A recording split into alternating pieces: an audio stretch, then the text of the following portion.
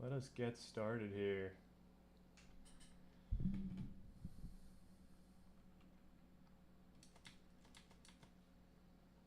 I'm not sure how I want to go about this.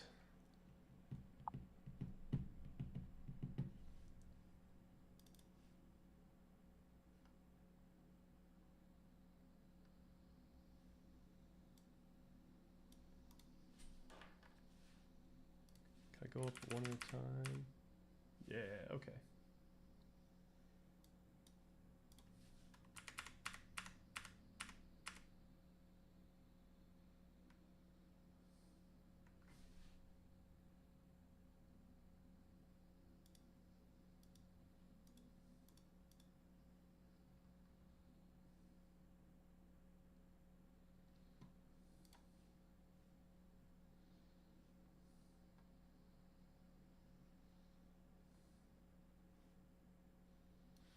All right, I think we're good. I think we're ready.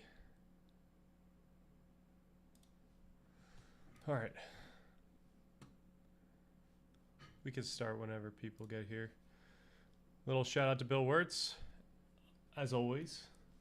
I don't know if we're allowed to watch this, so unfortunately, I'm not gonna click on it.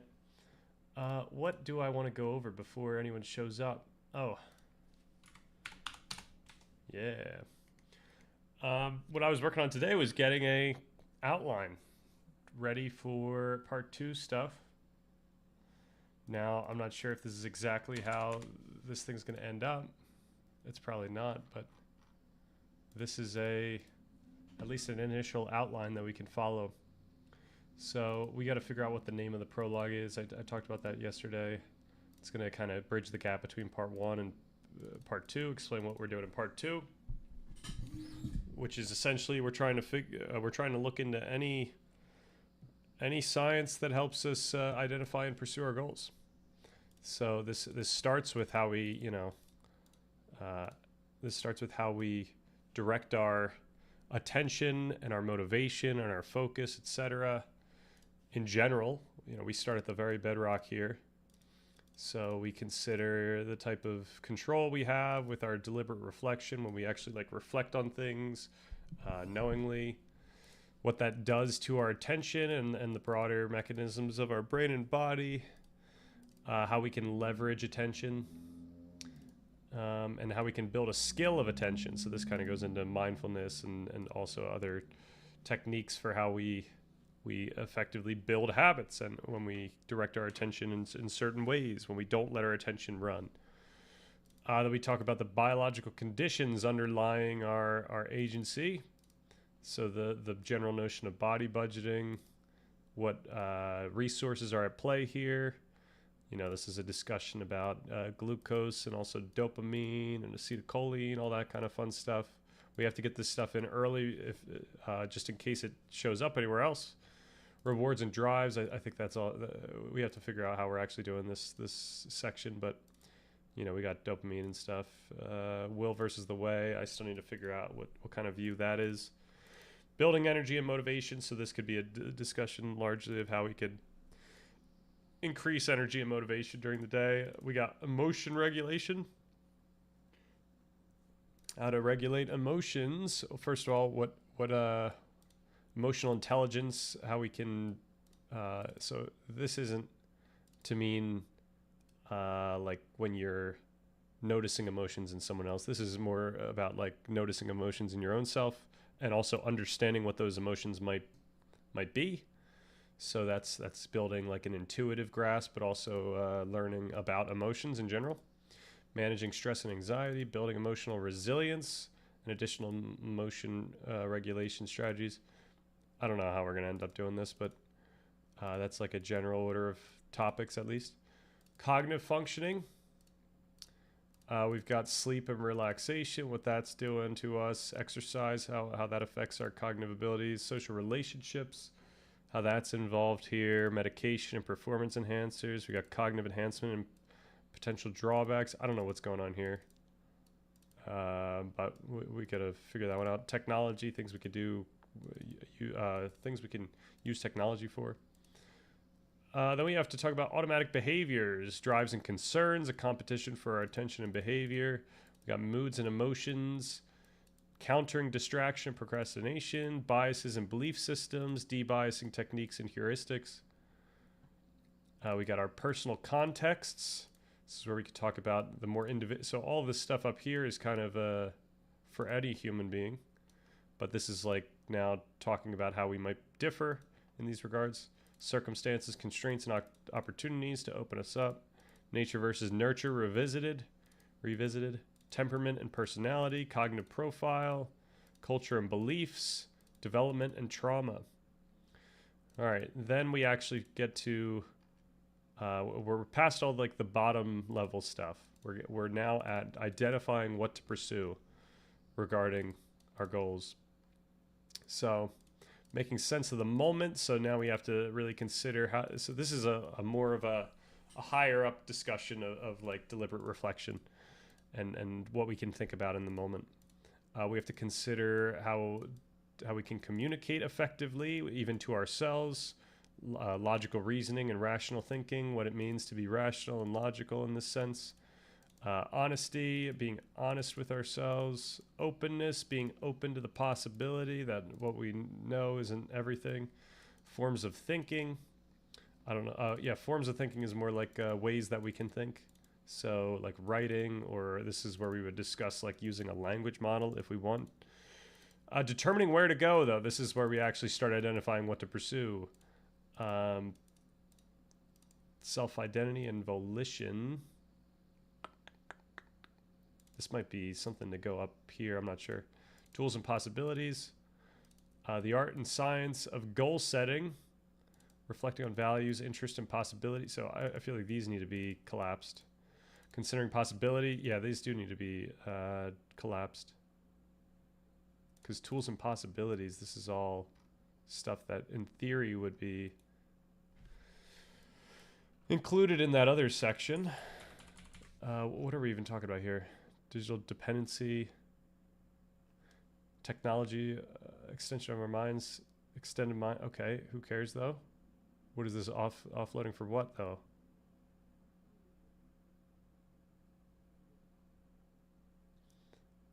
Huh. This is completely out of place. This would be more of like...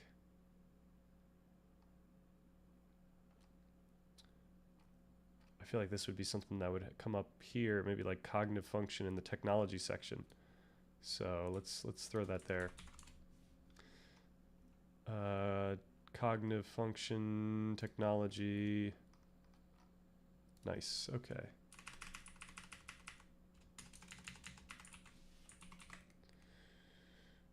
Then we were here. We can get rid of tools and possibilities. And what do we have here? We got self-identity and volition. Growth mindset. So this is all framing stuff. This is all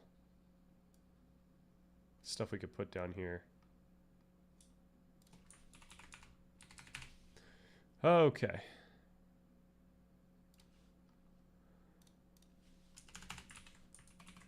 Now, I do like determining where to go more than the art and science of goal setting, so I'm just going to gut that. But I might throw these to later.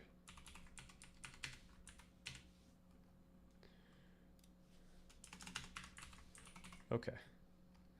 So let's go back to the top. Let's do a little refresh here.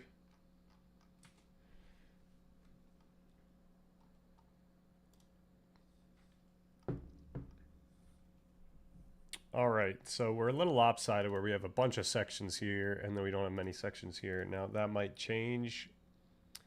I think we might need these sections. These sections are pretty important. The question is whether or not we really need many more sections here. And we might not, honestly. Unless some of these sub categories become so large that they deserve their own section. But yeah, we could go into determining where to go, reflecting on values, interest, and possibility. So this is now the more concrete, you know, considering actual possibilities in front of you, what you're interested in, what you actually value here. And this is regarding anything. This is regarding you know, most broadly, like you don't have anything in mind and you're just trying to figure out what goal you should be doing, which is going to be kind of a topic for part 3. But also, like, you have a goal, so now figuring out how you're actually trying to go about that goal, and what sub goals might be required. Considering possibility in relation to ourselves and our goals. Yep, psychological theories of goal setting and achievement. All right, pursuing goals effectively. Goal framing, setting the mindset, how this affects a lot. This is all calling back to the type of discussion up here, leveraging attention. Just more explicitly, like we can go into different theories, specific theories. Learning and acquiring skills, the role of play, creativity, and exploration in learning and problem solving. I don't know where I got that title, but we'll figure that one out later. Studying, tool-assisted learning. So whatever, we're going to need certainly more subsections for learning. Learning is a huge topic. Habit and routine. How habits are formed. Limitations of willpower and breaking habits. So we need to do building habits, breaking habits, etc. Leveraging the social environment, social relationships, behaviors of effective social encounters, how to socialize essentially, empathy, mentorship, accountability, collaborative environments, etc. Then we've got a final major, actually not a final major section, second to last major section. Managing trajectory, yeah, because we have this epilogue hiding down here. Managing trajectory, the full iterative picture. So this is once again talking about over time, how you might go about making sure that you're on track on your goals. So taking stock of progress, realignment, you know, sometimes you're going to be off from what, not sometimes, we expect that we're going to be off from what we expected to do or wanted to do. So we have to readjust over time. Practical strategies for goal achievement, psychological pitfalls in goal setting and adjustment. Relationship with the process, relationship with self and self-identity. Maybe just another identity type relationship with the framework. I'm not sure. All right, relationship with the framework, journaling, etc. Extending to life. This is how we bridge to part 3. And then the epilogue. And as insane as this sounds, we need an account of what non-scientific literature suggests about what we can do. What does, for example, the Bible, Buddhism, philosophical literature tell us about what we can do? So we should have a discussion about that type of thing. Stuff that hasn't been proven or grounded in empirical science, perhaps just because it would be very difficult to figure that stuff out. So we need to consider like what the stories might be telling us, what they might be suggesting. But we're putting it in the epilogue because we're not allowing it to live up where where all the science evidenced material is. All right, so now can I do a download? Can I do a download of just this current tab? Yes, right? This is all just going to be part 2. Yeah.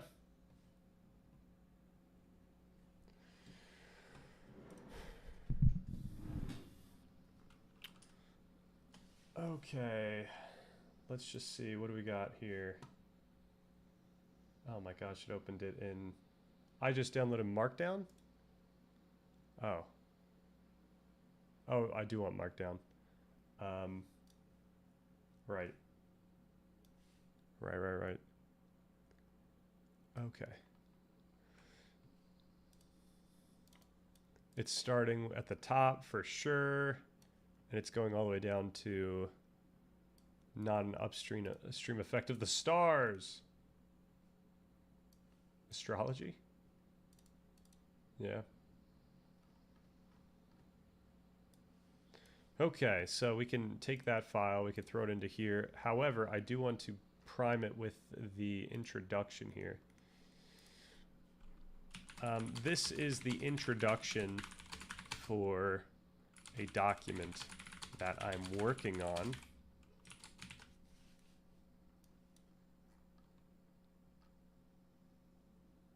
I should just download this one too. Yes, this should be much quicker. Yeah. I have finished a draft of part 1. Oh man. Maybe we should.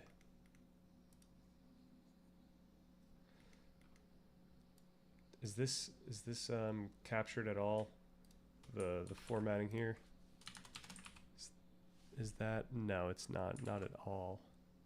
What I could do is this. I could download, I could put this into Markdown, and then I can open it, grab just that Markdown. And this is I have posted the introduction for a document that I'm working on. I've finished a draft of part 1, and this is its table of contents. I'm going to grab this guy. And wow, does this ruin it as well? Interesting. Huh.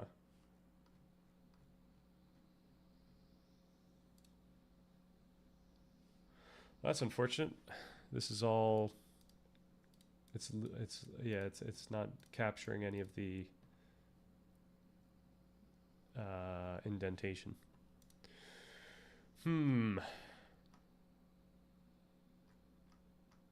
So I might as well just copy it then, if that's.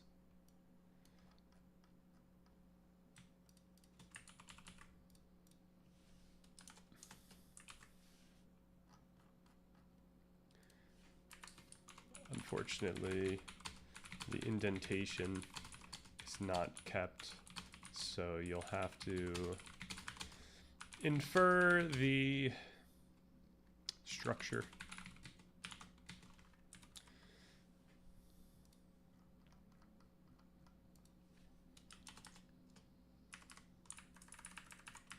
What is this? This is a. What is that? All right. I am now working on the outline for part 2, and I want to get some feedback. So I'll let you digest this now, and then I'll show you my notes for part 2. Okay. Let's see what it digests.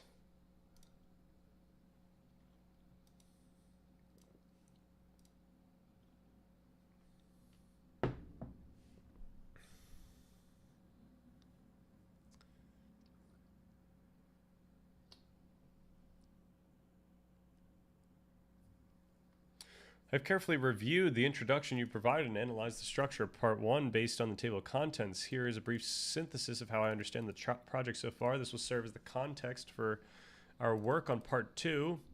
The project's core mission, the document aims to answer the fundamental question, what should we do with our time right now and every day? It rejects the idea that freedom is simply the absence of barriers, noting that without direction, freedom can feel hollow, even overwhelming. And instead, the goal is to build a framework combining science, philosophy, and lived experience to help readers make decisions that lead to a life that is meaningful, emotionally rewarding, and morally good.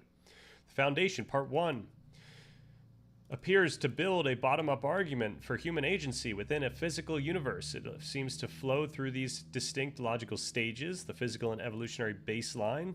You establish the hard constraints, physics, the brain, evolution, and the hard problem of consciousness. You seem to be setting up the tension between determinism and the feeling of agency. The mechanism of experience. You introduce predictive processing, homeostasis, and embodied cognition. This is a crucial pivot. It moves from a static brain to an active prediction-generating machine that creates our experience in the moment. The formation of the self. You explore how this machinery is shaped over time by genetics, neuroplasticity, and social dynamics. This explains why we are who we are. The structure of our understanding. You utilize schema theory to explain how we conceptualize the world. This moves the discussion from biology to psychology, epistemology. Implicit activity, semantic structures. Yo, Daniel, and what's good? Hello, hello. I was waiting for the others before going into this gaming tier list that was requested of me yesterday. If no one shows up, we could just do it tomorrow. So I was just going through the work stuff I was working on today, which is getting a outline in, or like a structure of outline for part 2, identifying and pursuing our goals, which I'm going to feed into Gemini in a moment to see if it has any suggestions for things I'm missing. Because we need to be comprehensive about looking into practical tools for identifying and pursuing our goals. So we're going over part 1 stuff. The resolution, freedom, you culminate in a compatibilist definition of freedom. You argue that freedom isn't an escape from physics, but an emergent property found in reflection, realignment, and understanding. Contextualizing wisdom, the epilogue appears to bridge the gap between this scientific framework and ancient collective wisdom, validating both empirical and narrative truths. All right, looking ahead to part 2, if part 1 is the theory, then part 2 is the praxis. Hell yeah. According to your introduction, part 2 will focus on practical strategies for identifying and achieving our goals. Oh, I gotta change that. It's supposed to be pursuing. That was the introduction. Achieving. Achieving our goals. Pursuing our goals. There we go. I'm ready to help you bridge the gap between the heavy theoretical lifting of part 1 and the actionable advice of part 2. Please share your notes when you're ready. Hell yeah. This is what I have for part 2 right now. Initial thoughts? Question mark.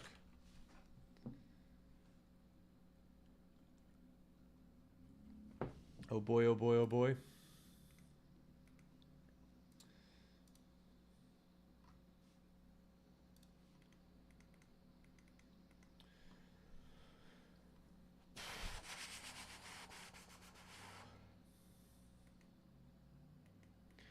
All right, this is a rich and comprehensive collection of notes. You've successfully pivoted from the theoretical, philosophical heavy lifting of part 1 into the pragmatic user's manual for the human machine for part 2.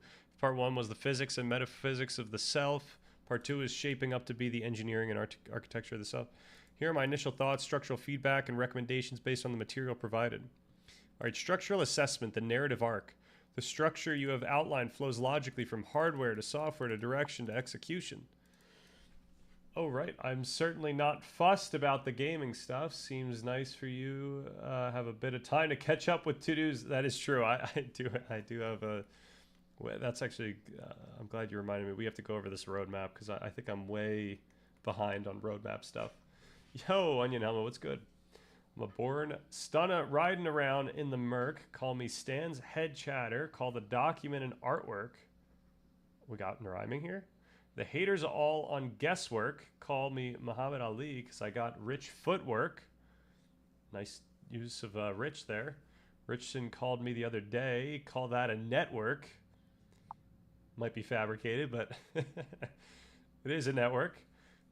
Y'all don't understand. All y'all know is your homework. Hell yeah. You got to save that for the rap battle. Fire emote, fire emote, fire emote, fire emote. Very nice. All we do is pop off on this channel. That's the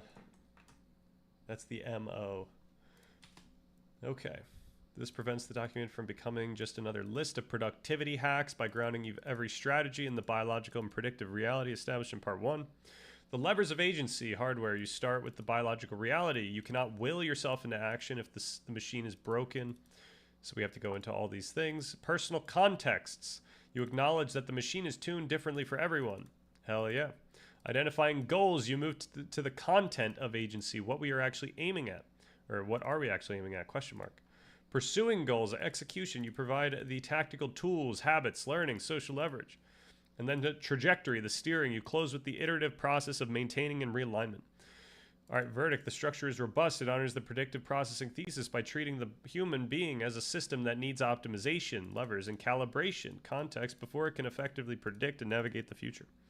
All right, Key strengths and thematic anchors, the will versus the way distinction. Okay. Well, I still don't understand the difference between will and way. We have to like go in. We got to go deep into that. Maybe that's next month. I'm not sure. I think I have a future in the rap industry. Well, that's the end game of this channel. Once we get big, then we just shift to rap, and we try to just get as many viewers in the industry as possible. We go all in. That was bars from Gemini though. Gemini does throw out some bars, absolutely. It explains the universal frustration of knowing what to do but not doing it. It allows you to categorize your interventions. Some tools will fix the will, while others fix the way. Okay. The biological baseline. You are correctly identifying that agency is a biological function by addressing sleep, glucose, or energy allocation and inflammation early. You validate the user's struggle. It isn't a moral failing. It's often a hardware issue. Anti-fragility and the growth mindset. You are effectively weaving in Dweck and Taleb, growth mindset and anti-fragility. This connects beautifully back to part one's concept of predictionary. These types of connections are always weak. Okay. You know what? I take that back.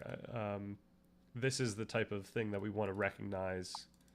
It's less about prediction error. It's more about like... Actually, no, it is prediction error. Yeah, the salient prediction error. Threat, failure, etc. Data, update. Right. Reframing. The possibility of uncertainty. All these things are huge topics here as well. So I think that's what it's getting at. I spoke too soon.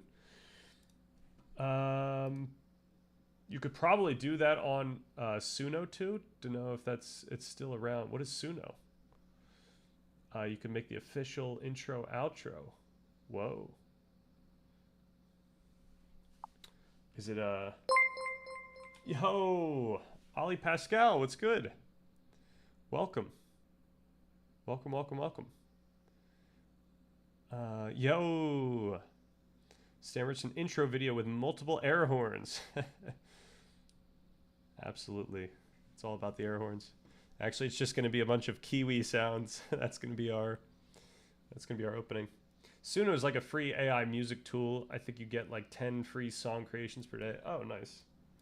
That being said, we have to be, obviously I'm constantly using LLMs, but we got to be careful about other AI usage, because people will straight up boycott or worse, just come at us with dismay or hate. These AI developers are focusing on the wrong things. What are the right things? I hope that we can justify our use of LLMs here by talking about education and positive ways we can change our lives and stuff like that, boring stuff like that. Not as fun as intro videos with Suno. That being said, we could just make our own song. I could whip out Logic Pro. It's been a while, but I could try to whip something up.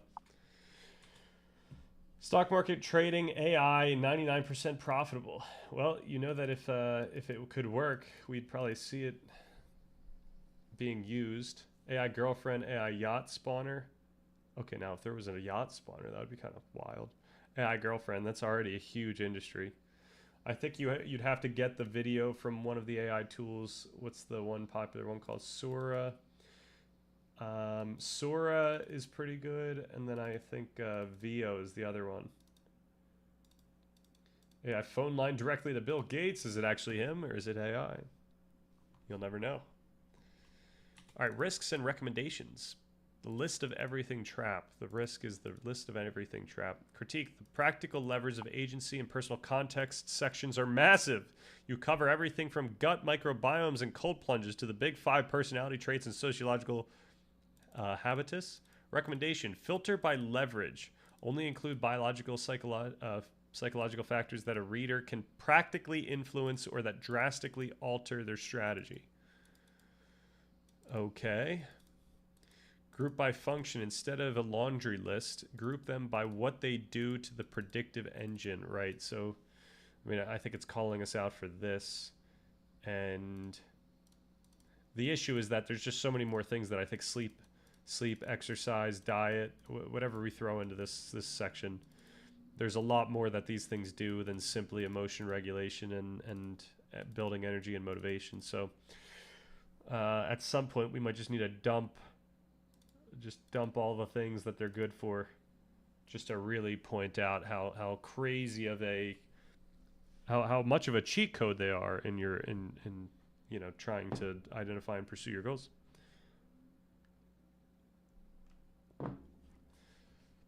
That being said, we could also we could omit them here, and then we could talk when we get to actually like the topics of thinking and whatnot. We can talk about sleep again, effective thinking, something like that. Yo, what are those? Yo, Anok Life, welcome back. Is that a bunch of cats? Dance cats, yes. Oh my gosh, it's for you. It's your own emote. Okay. Is it VO? Is it Google VO? Yeah, VO3. Now, I'm not sure how good they are. Actually, do we get how do we get a leaderboard for this? T2V leaderboard. Lambda.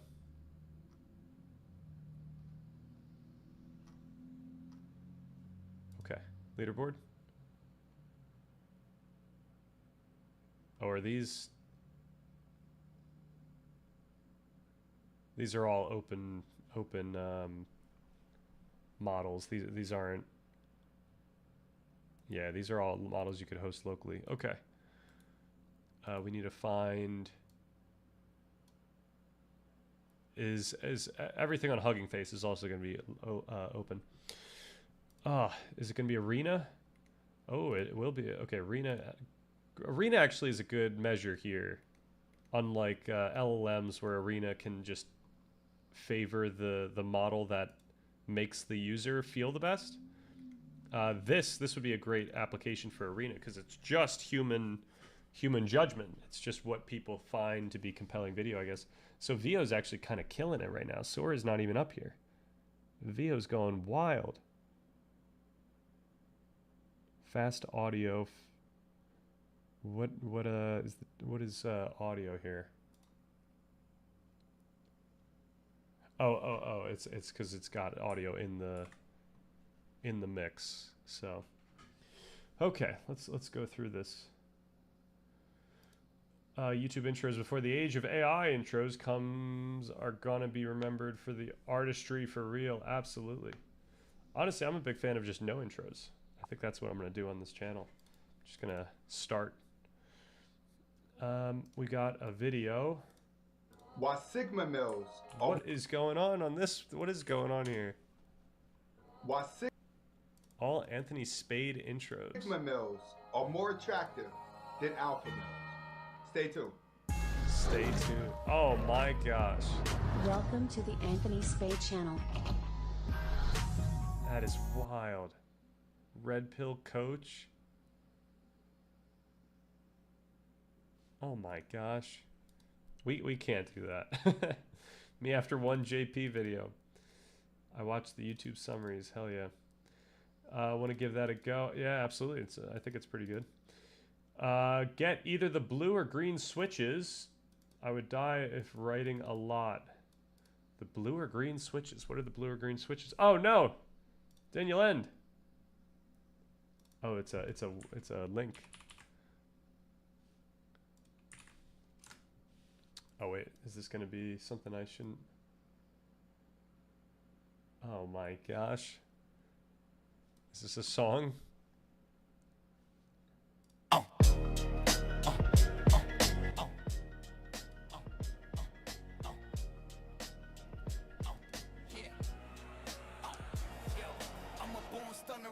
Around in the murk. Call me Stan's head chatter, called a documented artwork. The haters all on guesswork. Call me Muhammad Ali, cause I got rich footwork. Richie called me the other day, called that a network. Y'all motherfuckers don't understand. all y'all know is your homework. Crazy outro. I gotta give it to them for that. Yeah, it is wild. It's getting pretty good. It's getting a little too good. I do think that we are not going to be able to tell between real and fake artists soon, and I do think that AI artists are going to be able to make music that is as compelling as human-made music, as controversial as that sounds. It's unfortunate, you know, but it's going to be tough. I think that's going to. I'm not a. Oh, actually, we could always watch the classic. Where did the video go?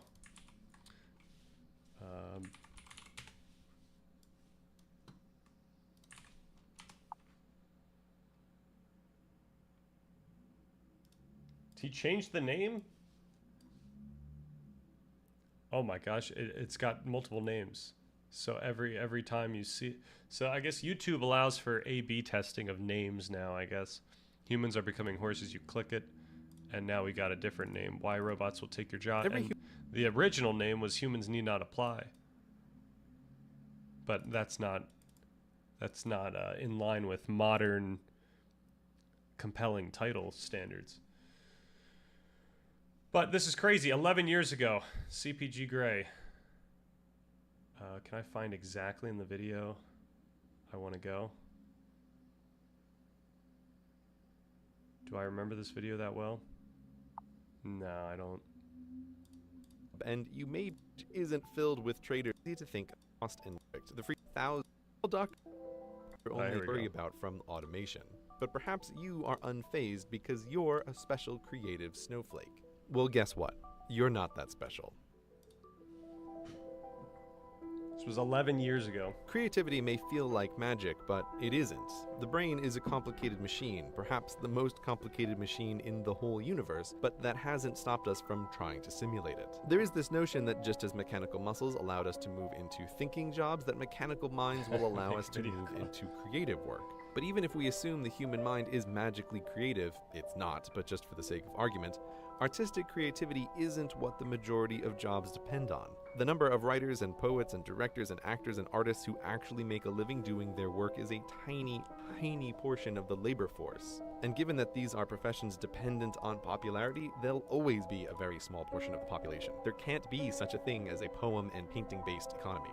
Oh, by the way, this music in the background that you're listening to, it was written by a bot. Her name is Emily Howell, and she can write an infinite amount of new music all day for free. And people can't tell the difference between her and human composers when put to a blind test. Talking about artificial creativity gets weird fast. What does that even mean? But nonetheless, it's a developing field. People used to think that playing chess was a uniquely creative human skill that machines could never do, right up until the point they beat the best of us. And So, yeah, I'm guessing that type of music AI 11 years ago could just do like a single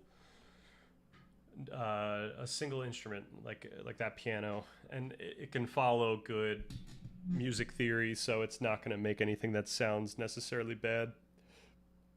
But it couldn't do obviously what we just listened to, where it's putting in multiple instrumentation plus the vocals, and it's making sure that everything is within the same rhythm. And yeah, it's going to get wild. But it's kind of wild for him to put that out so long ago. Okay. Going to LA, that was a peak Dr. Dre type beat for real. I would be so scared to open a random link like that. You're courageous. Yeah, I think, well, first of all, there's a lot of trust here, you know. Second of all, perhaps it's just because I'm not a big streamer yet that I haven't been burned yet. Funny how people are against using your resources to compel and direct AI to use their combined knowledge and references to do something, but we are okay with an economic system literally built on using your resources to compel and direct people to use their combined knowledge and references to do something, because society is filled with hypocrites. Yeah, I guess if we were to try to be like as empathetic as possible, like I think people just have this idea that, you know, still anything human made is like more pure in some sense. It's more moral. Also, a lot of people though are seeing the economic effects of what's to come, and obviously, you know, it's not that we're not living in a society where, you know, a lot of people are being negatively affected by economic systems. It's just that I think it's very salient to have that simple type of, you know, viewpoint on the AI. I somewhat have a similar viewpoint in the sense that I would be totally fine with regulation of some sort for a good amount of AI use, or, you know, some mechanism for giving sources their cut. Like, you know, if AI is learning from data that other people own, or it's from other people, like, you know, obviously there's been so many authors who are suing these companies.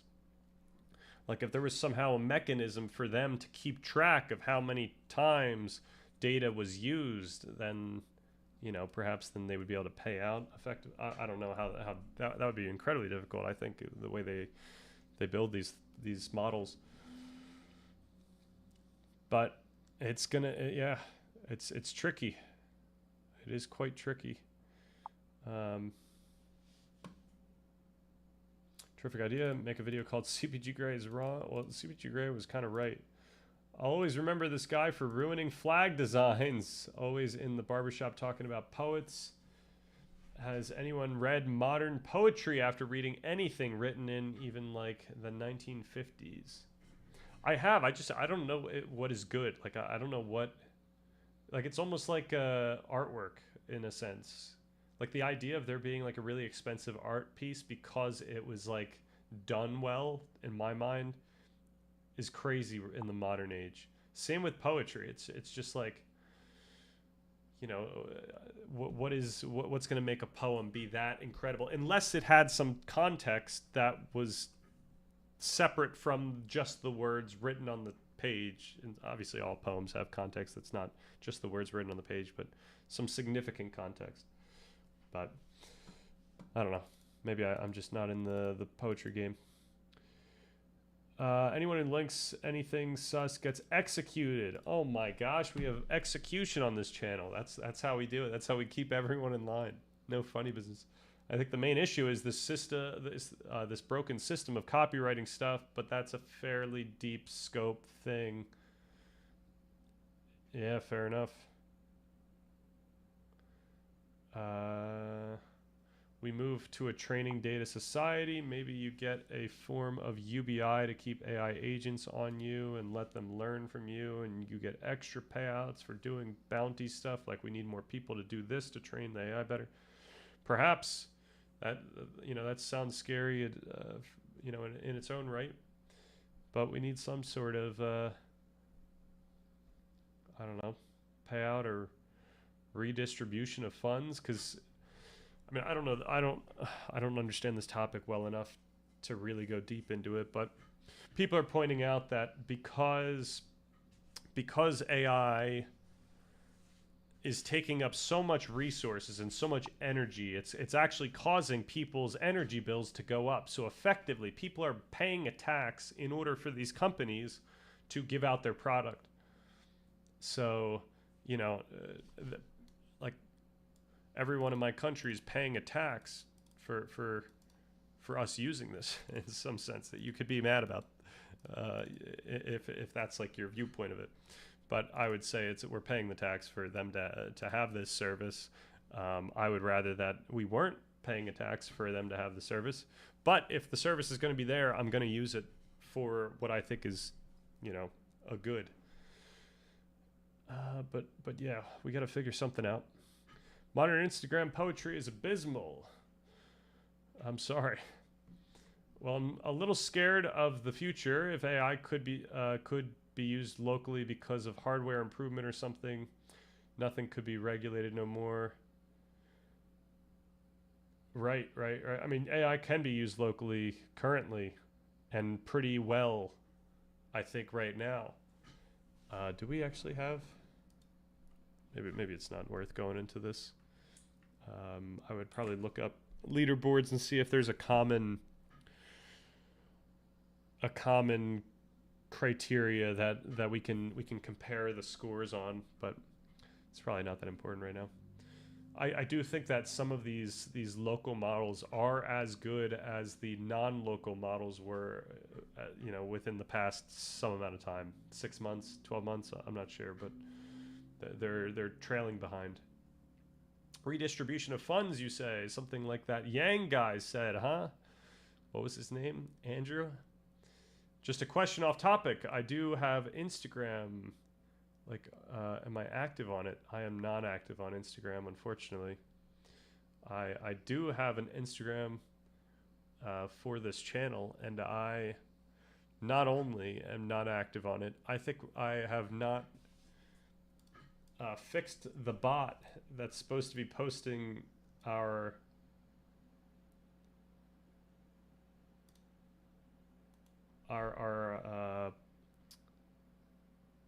schedule to the Instagram every Monday. Yeah. Yep. We had a failed job 5 days ago. Post image to socials. Oh, the reason why is because I haven't upped my API key. I just need to up my API key for Facebook API, and then we can start posting pictures back there. I'm not sure if anyone even cares about those pictures, but I should just do it out of principle, just in case.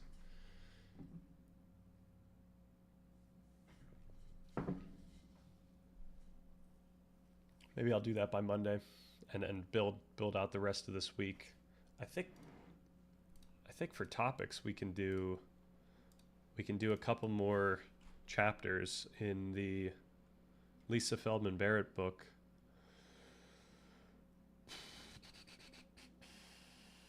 I think it's on like early development. How we come to how our brain starts essentially with a bunch of possibility in terms of its structure, and then it prunes itself as it is immersed in an environment. My favorite Stan quote is, "I'm eating apples with the cheese." Cheese, my friend. He put me on this in college. Oh, my friend did put me on that in college. Apples with cheese is kind of goated as far as I'm concerned. All right.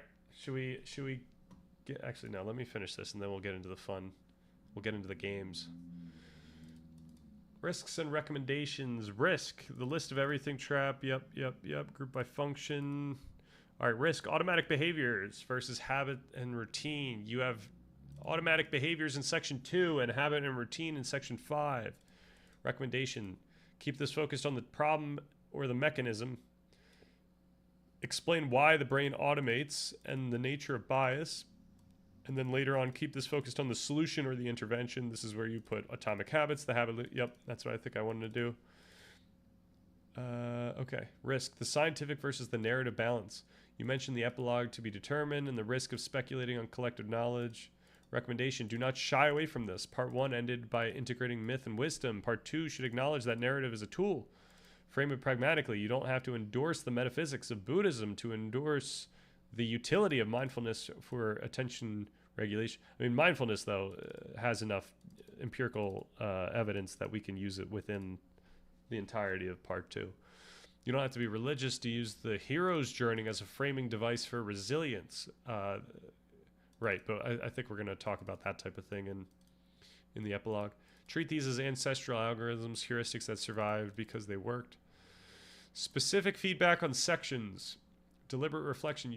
You mentioned we can build a habit of mindfulness towards our emotions, our felt certainty, and the signals of conscience. This is the bridge between part 1 and part 2. Part 1 defined conscience as the signal of error. Part 2 defines mindfulness as the tool to hear that signal before the automated system suppresses it.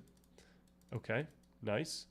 Personal context, the section on genetic variation and exploration strategies is fascinating. Be careful not to induce determinism here. Frame it as know your machine specs. So worry. Okay.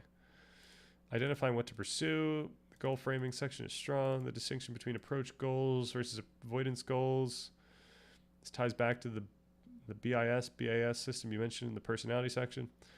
Okay, you have enough raw material here for a book, let alone a single section. The immediate challenge is curation and flow. Would you like me to consolidate? No. Draft? No. Refine? Can you give me a comprehensive list of all the topics that should be included in my narrative direction so far? Actually, not narrative direction, in my outline / direction so far.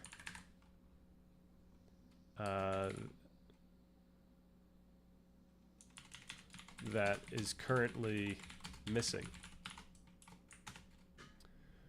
All right, let's pop off here. You probably didn't say it like that, but it's the same spirit. Absolutely, it is definitely the same spirit. Okay, so this is my all other games. So we can go over this type of really quickly. These are games that I forget what I say here. These are games that I've didn't enjoy from the start. Oh man. This is another very Stan Richardson thing to do. I think this is the Steam score and maybe like the Steam DB score. And this isn't to say I hated these games. It's just that I wasn't vibing with them right off the bat. We got Lizards Must Die, Melver Idol, Mortal Sin, Potato Man Seeks the Truth, QOP, Co-op, Reventure, Spelunky, Observation, Totally Accurate Battle Simulator, Littlewood, Cruelty Squad, Atom RPG, Trudograd, Fallen Hero, Ravenfield, Sticky Business, The Binding of Isaac, Rebirth, The Devil's Calculator, Doom, Mini Worlds, The Pathless, The Pedestrian, Pikuniku, Synthetic, Wuppo, everything. This is probably 2016. All right. I've heard of none of these except Isaac and Doom. Yeah, it's just a bunch of random games that I found I was intrigued by. All right. Next up, we've got games that fell off. Oh my gosh, we have too many to count. Jesus. Okay, wanted to enjoy, but couldn't.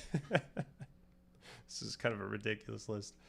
All right, so this is wanted to enjoy, but couldn't. We got BioShock in here. I talked about it yesterday. We got Cloud Climber, Dying Light, Eastshade, FTL, Life is Strange, Little Inferno, Mirror's Edge, Monaco, Undertale, For the King, Moonlighter, Vampire Survivors, Pawnbarian, Domekeeper, Against the Storm, Railbound, Brotato, 5D Chess, Air Memories of Old, The Almost Gone, Antechamber, Darkwood, Downwell, The Final Station, Kingdom New Lands, In Other Waters, The Rewinder, Shapes, Webbed, Witchwood, Gorogoa, Limbo, Superliminal.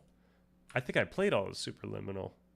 Yeah, okay, so these are games that I didn't necessarily not play. Like I played like somewhat, I guess some of them. We got Grow Home, we got High on Life, we got Inside, we got The Last Campfire, Recursed, Snakebird, Wildermyth, Luftrausers, Nuclear Throne, Star Providence, Bastion. Okay. Life is Strange. Eastshade didn't deserve that, though. You might want to move the camera. Oh, yeah, you're so right. Let's get out of here. I moved the other one. Check this out. Is this not showing right now? Boom! Got the old webcam on this screen, but I don't know what to do with it yet. So we're gonna keep it hidden. Okay.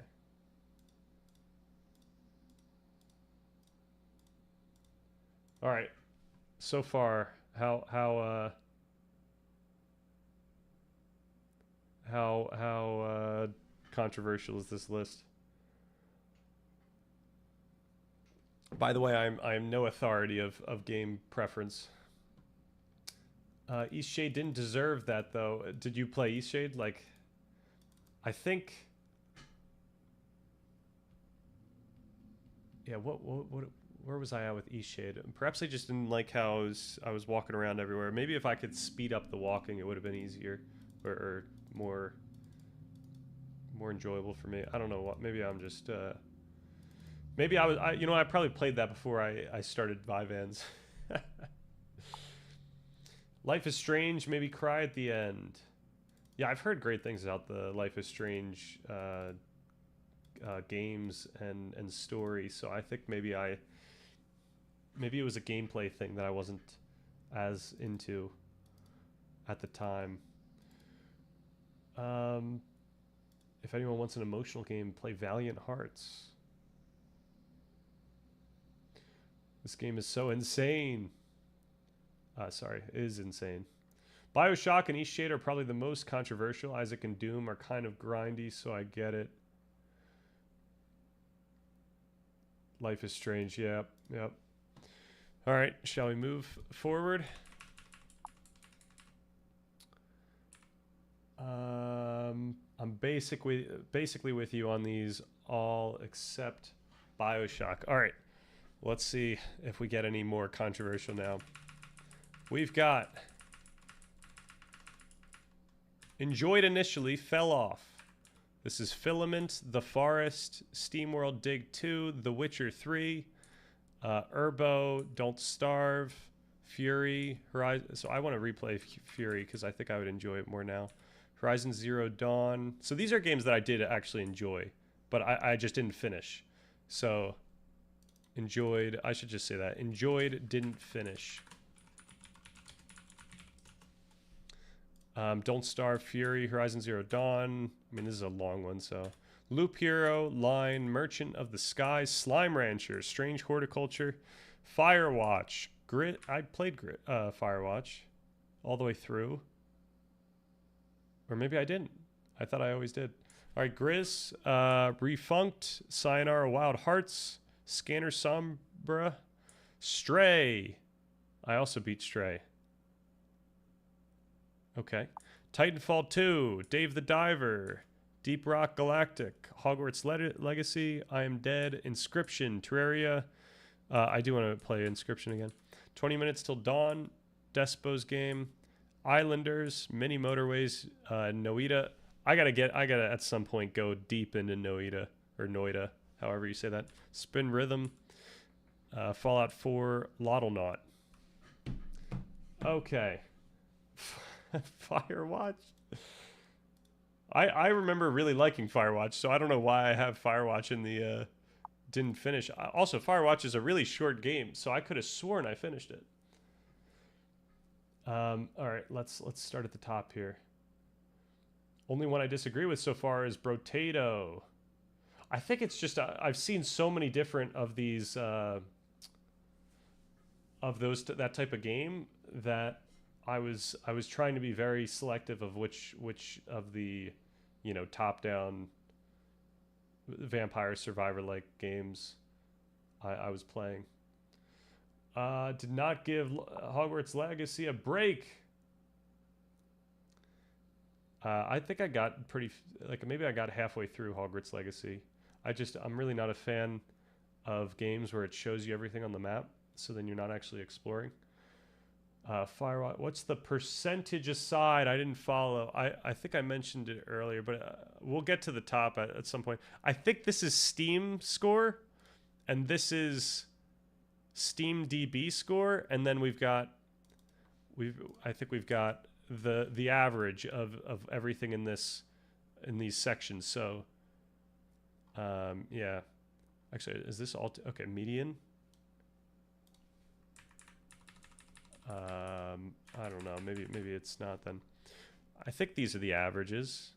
Oh yeah, I can see this, right? Average, median. Okay, average Steam score, median Steam score. It's going a little bit up, 90, and then we got 91 for. I was trying to see if there was like any rhyme or reason to like, or any pattern with these games. Steam recommendation percentage or something. Actually, I don't know how rating works for Steam. Yeah, I'm not sure how it works either. Firewatch. Yeah, big shout out to Firewatch. Fallout 4, I do want to play at some point. I think I just was a little scared about the town management. Like, I think I like Fallout mechanic. Because I played Fallout 3 at some point. I don't think that's in this list because it was too long ago. But I enjoyed Fallout 3. And yeah, Fallout 4 was cool. I just didn't want to deal with the managing the base. Octodad S tier. I did not play Octodad, unfortunately. Deep Rock Galactic, no chill. Terraria. Is Terraria on this list?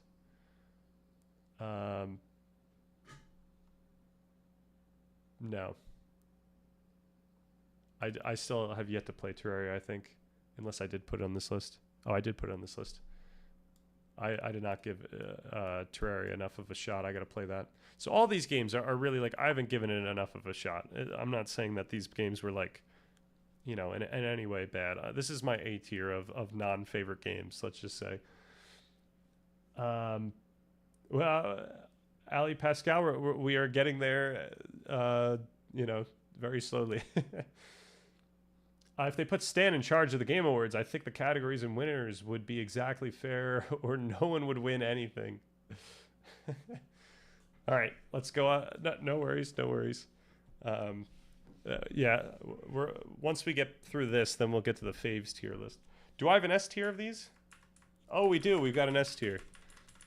S tier of games that are not on my... okay, enjoyed a lot, but didn't make the faves. We got Ori and the Blind Forest. We got Abzu. We got Before Your Eyes, Cult of the Lamb, Disco Elysium, Far Lone Sails, Hidden Folks, Kingsway, Clocky, Lil Gator Game, The Messenger, Pineapple on Pizza, huge shout out, Simply Puzzles, Junctions, The Talos Principle, Tom. I still have to play The Talos Principle too. What Remains of Edith Finch, The Case of the Golden Idol, A Monster's Expedition, Stacklands, Temetsi, Dwarf Romantic, Gunfire Reborn, Shogun Showdown, Smooshy Come Home. Okay. Yo, Darmadon, what's good? And we can see now Steam rating, Steam DB rating, tier average. So, wow, okay, the S tier went up another percentage. We're at 92% average for these games. I'm chilling making a coffee. Hell yeah. I felt Abzu would be here somewhere. Yeah, Abzu I thought was pretty cool. I played Flower. And that was pretty silly. Then I played... What's the other one they make? Journey. Right? This is the same people that made Journey. And Journey, I think, is in the faves tier list. All right. Abzu was awesome, though, yeah. What's up, Dom? Good to see you. Pod friend, likewise. You can really tell the type of man someone is by their Steam game ratings. I know the type of man you are. I've got to play Octodad. Is that a game I can play on stream? All right. Let me make sure that I don't want to spoil anything here. Okay. This is the D tier of my favorite games. I really like these games. We're starting with Manifold Garden. I don't know if anyone's seen this game, but it's a puzzle game where you essentially shift your, like, the direction you're you know, where you face, I guess. So imagine that every floor just like brings you back to the ceiling, so you can jump off the side, you fall back, but then you could also shift, like you could rotate the entire puzzle in such a way where then you fall a different way. And then there's also kind of crazy things like that. Yeah, so you just fall out, but then there's the puzzle as well. So it's a puzzle game where you have to bring blocks around and whatnot. It was pretty cool. Yeah, I enjoyed that one a lot. It's quite short, Octodad. Okay. Bro, that's so true. Escher. Well, that seems cool. Yeah, definitely would recommend. All right, next. We got Shogun Showdown. This is a roguelike that has a pretty cool mechanic system. It's basically card. You're playing cards here, and everyone's kind of, yeah, it's turn based. Everyone moves. Everyone tells you what they're gonna do, and so it's a neat roguelike. It's a roguelite. You do improve over time, and it's a lot of fun. All right, next, Civ 6. Civ 6, yeah. I played Civ 6 for a very short period of time in general, but as you know, that's a long amount of time. I don't know if you're joking about Civ 6 being the niche indie game or Shogun Showdown, but Shogun Showdown is pretty neat. Civ 6, everyone knows Civ 6. It's just this isn't even gameplay. It's just an addicting game. It's a ridiculous game. I don't even know if it's a good. I don't think Civ is even like a good game because it takes so long. Like these games can go hours and hours and hours, just like a 6-hour game. Just very much not something you can do, but it's very addicting.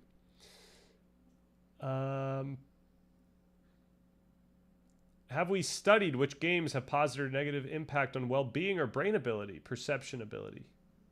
Interesting. I'm sure Dr. K would have looked into that type of thing. This is actually an interesting question. I heard that surgeons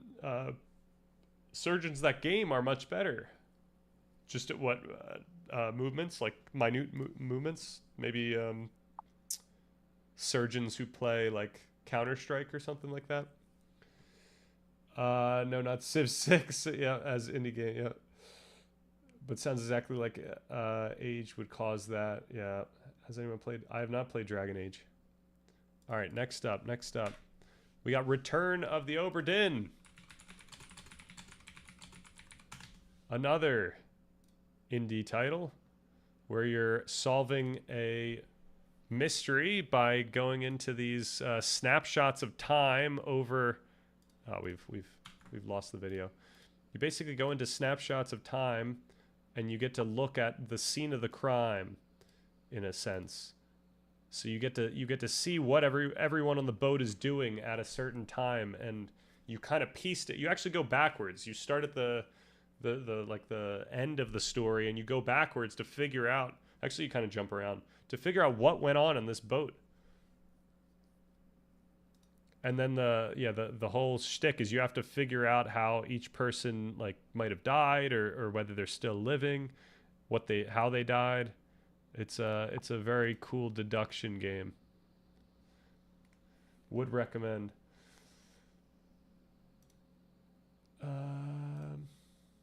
I played an old Dragon Age game and loved it. I tried to find it again, but never could. Are they still available on Steam and such? You should make this document public on the Stan Richin account. On which service or on which platform? I've heard of this game. It is really good. Nice. Check GOG. Okay, on Google, since I assume this is a personal account. I see. Right. Yeah, I could do that, but yeah, where would I post it? I'm not going to post it on my link tree. I shouldn't put it in the document, but we could put it somewhere just for fun. All right, next up, Tiny Rogues. Now this is a fun roguelike as well. Is this even the game? I don't even recognize this game. Did they change it?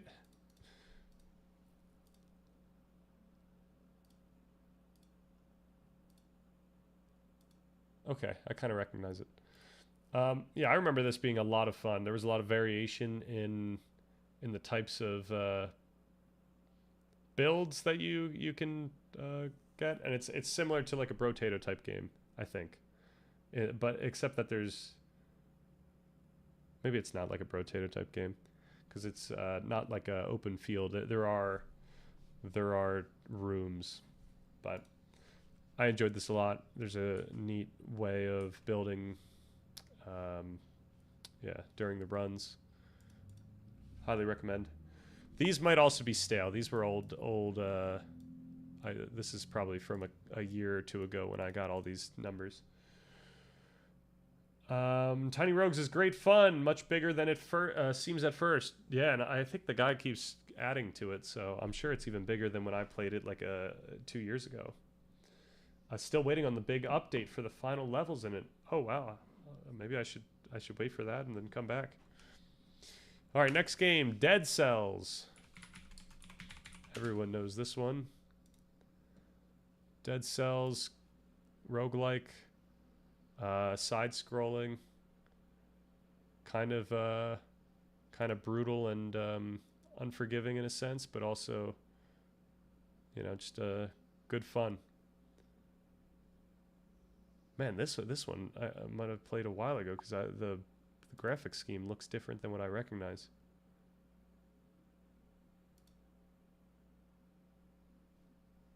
All right.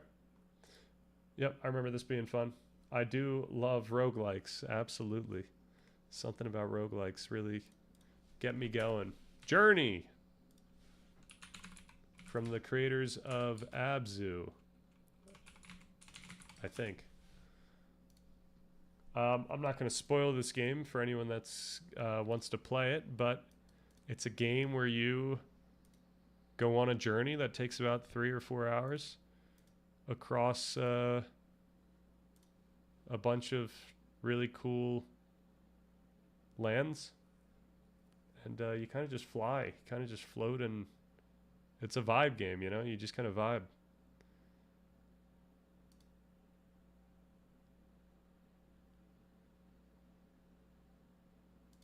It's fun stuff. All right. Next up. Roguelikes had a fantastic run of trying new things, experimenting and hitting gold. Seems to have died down a bit. Kind of. I think we've had a ton of roguelikes in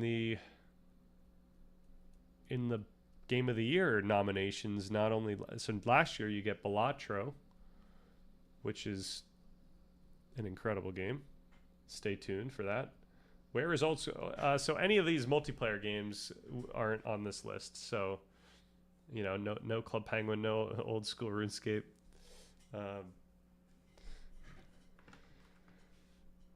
And then this year you have multiple. You've got Hades 2, and you've got Blueprints, and that might be it. No Old School RuneScape is a crime. I judge you now. I enjoyed Old School RuneScape a lot. So if there was, Old School RuneScape you could say is a single player game if you just don't play with other friends. But I was never a member, so I did ridiculous things to make money. I think at one point I was making pizzas to make money. I just did not know anything about how I should play that game. And I don't think that the YouTube scene was that large. So either that or I just didn't know to look to YouTube as a means for educating myself. So I never really got good at Old School RuneScape. I just played a bunch of it, and just that was another vibe game. I was just checking it out.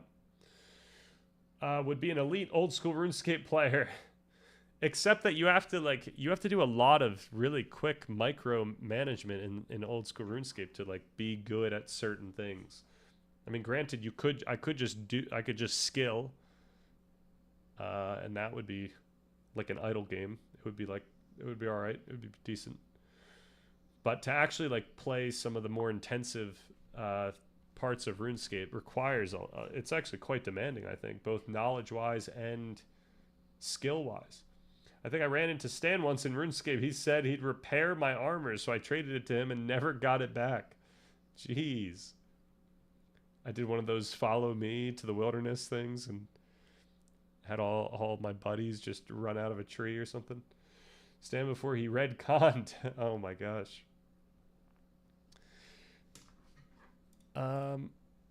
Okay. Hex Cells Infinite.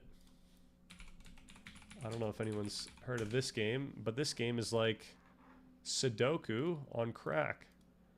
It's a lot of fun. It's just a straight up puzzle game. Nothing too crazy, except the puzzles get quite challenging.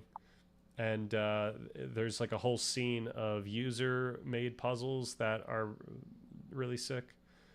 So it's a mix of like Sudoku and Minesweeper, honestly. It's like yeah. It's pretty cool. Pretty cool stuff.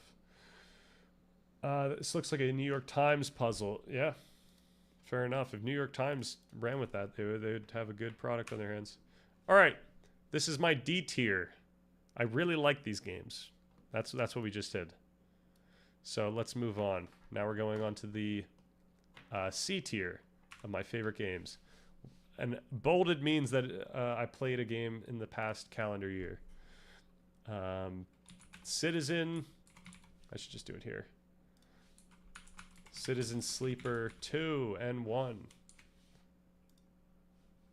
I don't know how to describe this game. It's like a, I don't know. You roll a dice to choose. Yeah, this is it. He's rolling dice to figure out if he passes skills, and then you can go around the ship and do different things on the ship. It's a very chill game. The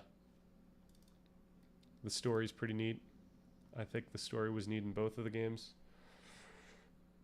I don't know. Something about this is a very unique game. It tickled me the right way.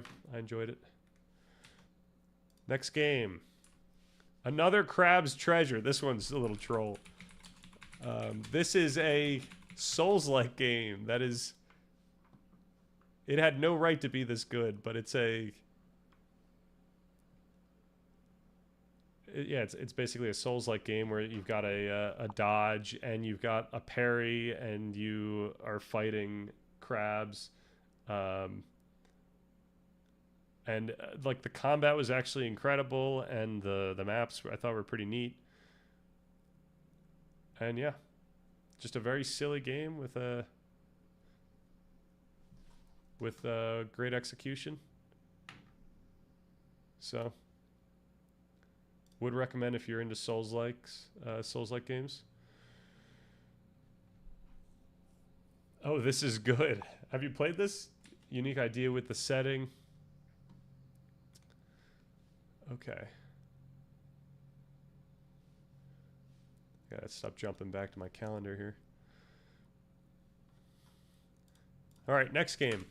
Slay the Spire. Everyone knows it. Another roguelike. Deck builder. Very addicting. Yeah, you're just fighting enemies. I knew this would be on there. You know, there's probably games that I'm missing, or like games that I haven't played yet. So if anyone's got recommendations once we get to the end of this thing. All right, we got The Witness. If it hasn't been clear, I'm also into puzzle games, especially these types of puzzle games where it's like an information type puzzle game. It's like a Knowledgevania type puzzle game where you just kind of learn stuff as you go.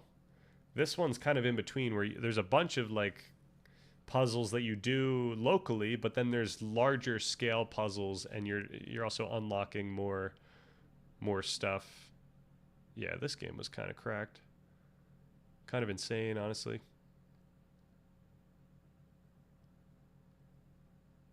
I don't know if you've seen The Looker, but that was like a spoof on this game. Downfall mod basically doubles the content of Slay the Spire. Oh, Downfall. Yeah. I think I I've seen that mod. I haven't played it yet. Yeah, what's the best way of going about that? Just like getting the mod and then just starting? Now, granted, I wasn't like incredibly great at Slay the Spire. I think I missed like the meta, what I was supposed to be doing to really optimize runs. Because I thought it was decently hard. So I don't know if I'm good enough to be playing these mods, but maybe it gives play styles that cater to how I would try to play.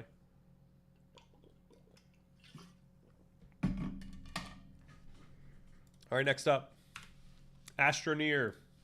This is kind of cheating because it is kind of a co-op game, but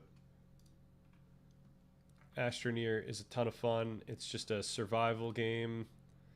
You're trying to build up a base, explore, get resources. Can we get actual gameplay here? The cool thing is like you always have to keep oxygen, so you can have like oxygen on your person, but you could also be like tethered to these little like oxygen tethers. Man, none of these pictures show you what it actually looks like to play the game, except for maybe like this one. But damn, he got moves. Yeah, these guys do have moves. You can get like jetpacks and stuff. You could get cars, whatnot. It's a fun game. There's a little automation. They added some automation here. A lot of different crazy things you could do with this game. Would recommend. Good fun. Definitely for if you've got a crew of friends that enjoy survival games, would definitely recommend that one. Enter the Gungeon. Another roguelike. Is there an Enter the Gungeon 2? Oh my gosh. When did this come out? Oh no, it's not out. Okay. Still to be announced. Alright. Enter the Gungeon. This is a unforgiving roguelike that just has great combat mechanics.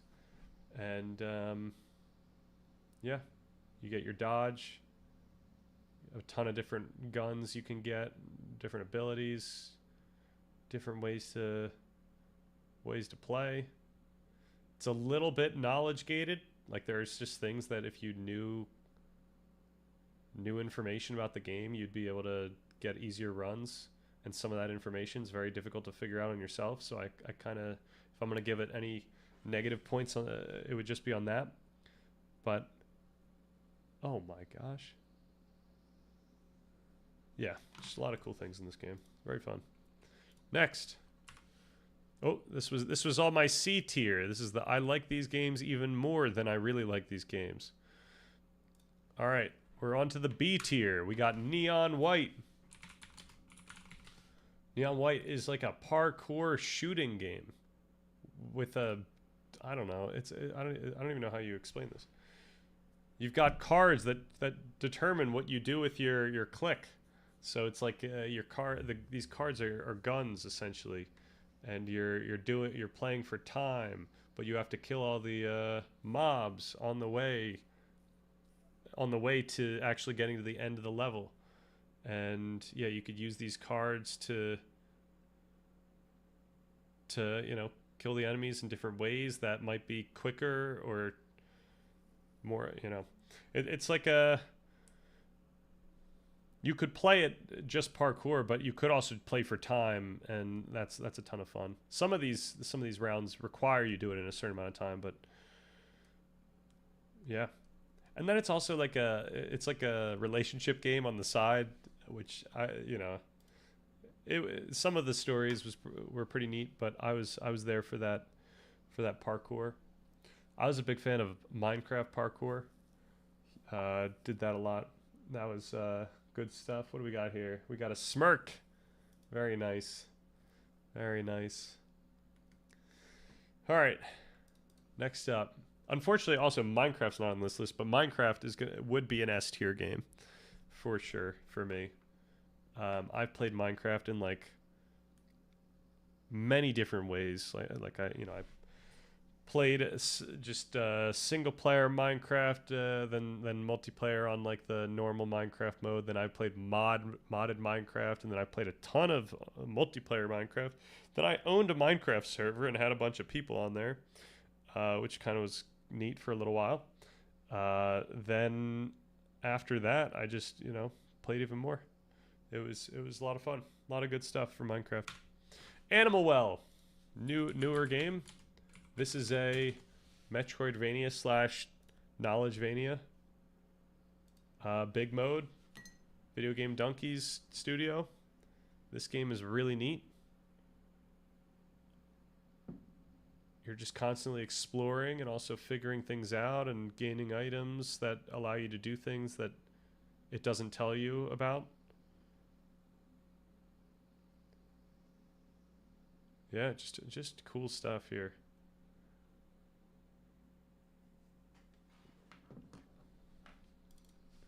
All right, next game.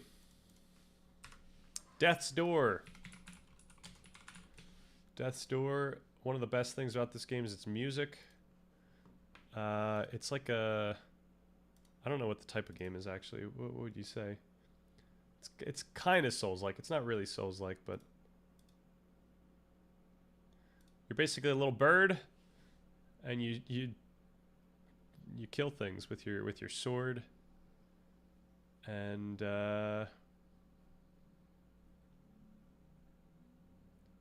yeah, it's a pretty neat game.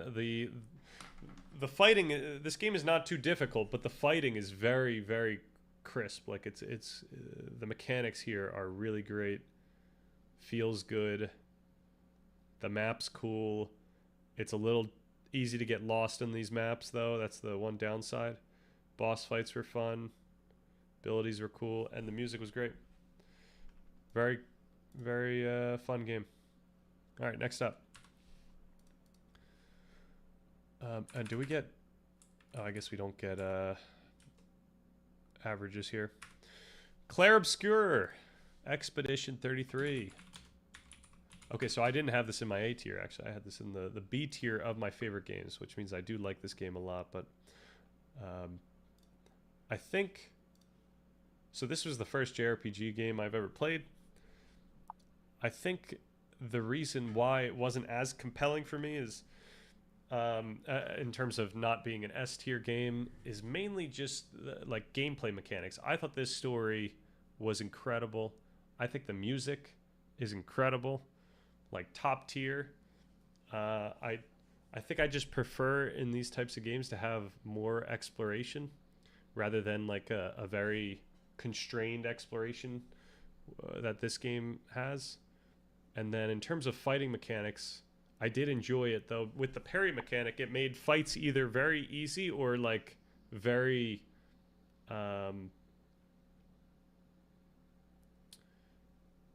monotonous in a way. Like you just had to parry everything, and then you just slowly chip down at health.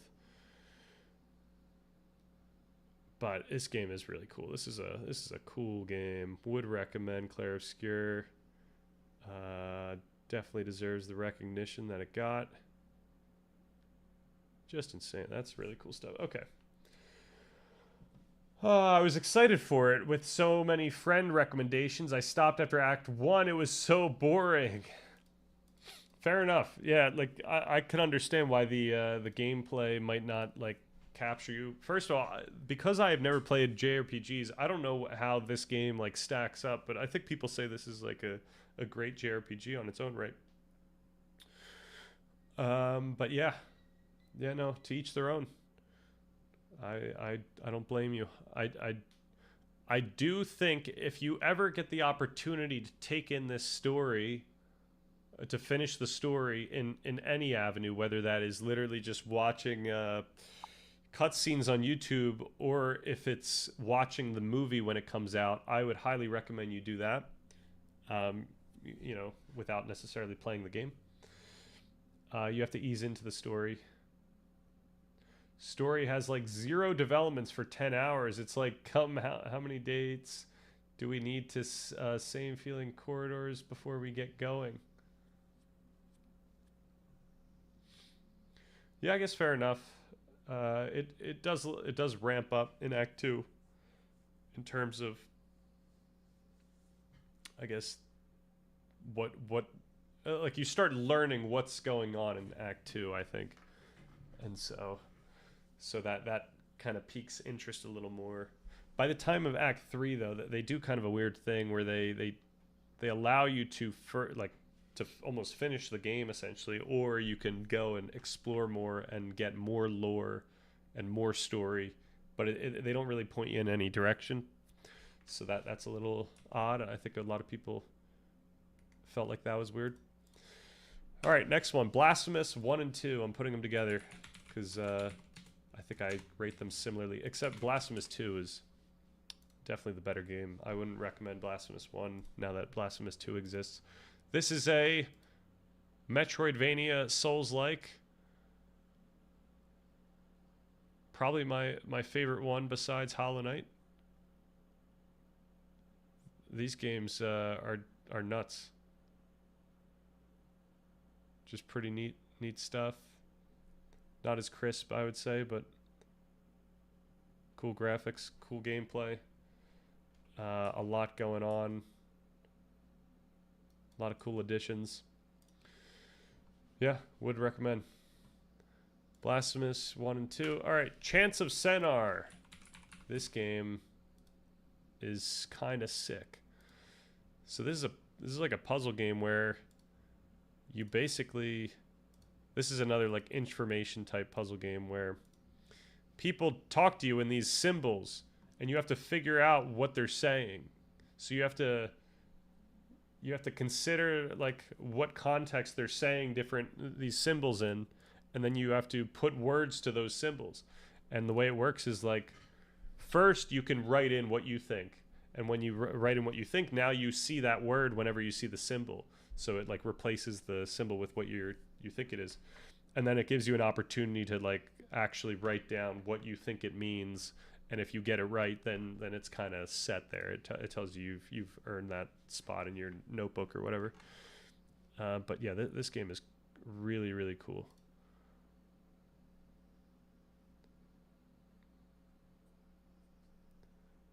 Yeah, and there's different languages too. And at one point the game makes you translate language to language, which is really wild. Yeah, that's the that was the notebook where you this is where like you've already figured out that this means seek, want, and so now whenever someone uses this symbol in speech, you could see what that means. Yeah, I haven't seen anything like it, so definitely would recommend. Dark Souls 3. Everyone's heard of this one. I'm all about these Souls-like games. I haven't played enough of them yet, but do we get gameplay here? No gameplay? No gameplay. I would replay this game if it wasn't for Elden Ring existing. The movie.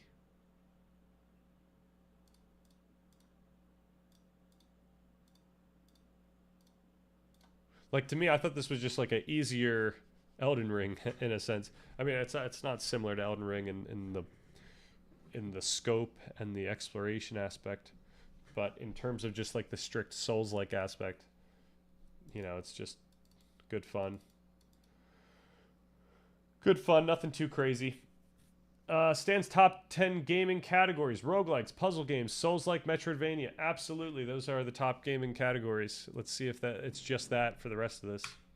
Valheim. Okay, we got to put survival game on that list, because there are some survival games that are absolutely there in my heart. I don't know if anyone's played Valheim, but this game, I kid you not, was like 2 gigabytes when we played it. This is a 2 gigabyte game. We would talk about other games like Warzone as in how many Valheims it was. Like Warzone was, 50 Valheims or something like that. But Valheim is just a great survival game. Just fun. I don't know what's going on here. This is the new update. This is wild stuff. Valheim is also punishing, by the way. It's like you've got Souls-like mechanics for combat, and then you've got like the survival game mechanics. Oh, and then you got these cool looking trolls like this. Just absolutely terrifying. This is a game where if you go into a biome or a part of the world that is above your level, you will die.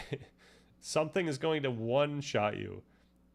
It could be a wasp. It could be a wolf. It could be a wasp. It could be a skeleton. Like, these things will one-shot you if you don't have the armor for it. Developers, try not to take up 30% of your disk space. Challenge impossible. It really is with a lot of developers. All right, next one. Ori and the Will of Wisps. You guessed it, Metroidvania. This game is just beautiful. You're essentially just there's not as much combat as like Hollow Knight. Like, a lot of it is like traversal, and I mean, they do have these sequences where you do have to get things right. But yeah, it's just a neat, cool looking Metroidvania with pretty crisp mechanics and movement. And I thought it was a significant improvement over Blind Forest, which was in the top of my other games. This studio's working on the No Rest for the Wicked game, which is a completely different type of game, almost like a co-op Souls-like story game that I'm looking forward to, but I don't think they're anywhere near 1.0. It's still early access, so I'm gonna stay away. All right, next up. Oh, never mind. That was it. We got B. B tier is just I like the games even more. All right, A tier. Subnautica Below Zero. Survival game. So I might just, I'm probably missing like huge categories of game, like huge genres that I just haven't gotten into yet. But this is just like the other Subnautica, except it looks better, and people believe the map is slightly worse. So take that what you will. You get quality of life upgrades, but you get a worse type of feel in the game. That being said, I enjoyed this one a good bit. If you have thalassophobia, this game might be a little tough. You can make it easier by getting mods. Yeah. Cool stuff. The studio might be working on another Subnautica, but there's also been a lot of drama with that studio, and they don't seem to be well liked right now, so we'll see. We'll see what happens. All right, next up we got Tunic. Tunic is like the best of everything right now. It's a Souls-like Knowledgevania.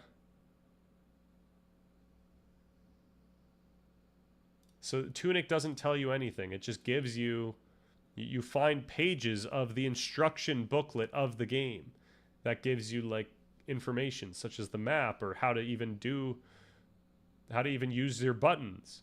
So it's this really interesting type of vibe where you're kind of figuring out the game.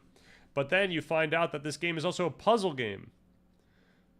And that there are puzzles like hidden in the world that like late game you're able to do stuff with. And not only late game, but if you were to play the game again, you would be able to use those puzzles earlier on to get items before you would otherwise be able to get them. So it actually makes replaying the game significantly different. That being said, I haven't replayed the game yet, but I think I eventually will. And it's also kind of wild. So some of the sometimes in this game you literally just go into an area and you're like, whoa, I didn't know if we were doing this type of theme. I didn't know we were getting this dark. All right, we got Red Dead Redemption 2. Everyone knows this game. This is just Rockstar creating a really beautiful world, great story building, etc. Yeah. GTA 5 was before the cutoff, so even though GTA 5 like should be on a list like this, it wasn't. It's not on this because it was longer than whatever I said 8 years ago or whatnot. I honestly wasn't expecting Red Dead.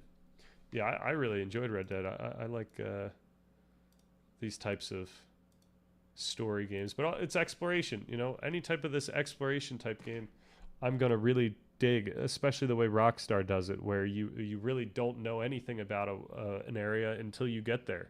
I think other than like maybe a marker on the map that tells you should just go to this location. But yeah, pretty cool. Mechanics were great. I thought people, I guess, find it a little bit monotonous after a while. Story was great. This is a very immersive game. Yep. Okay. Next up, we got Stardew Valley. This is, I think, the only farming game we've got in the list. But Stardew Valley is an absolute gem. The developer, I think solo developer, is still working on this game to this day. So that's kind of goated. It's just, start from nothing. You build up your farm. You go into town. You talk to people. You sell your crops. It's just a very chill game. Very addicting. It's another game where you just want to... It's one of those one more day type games. I'll just play it, you know.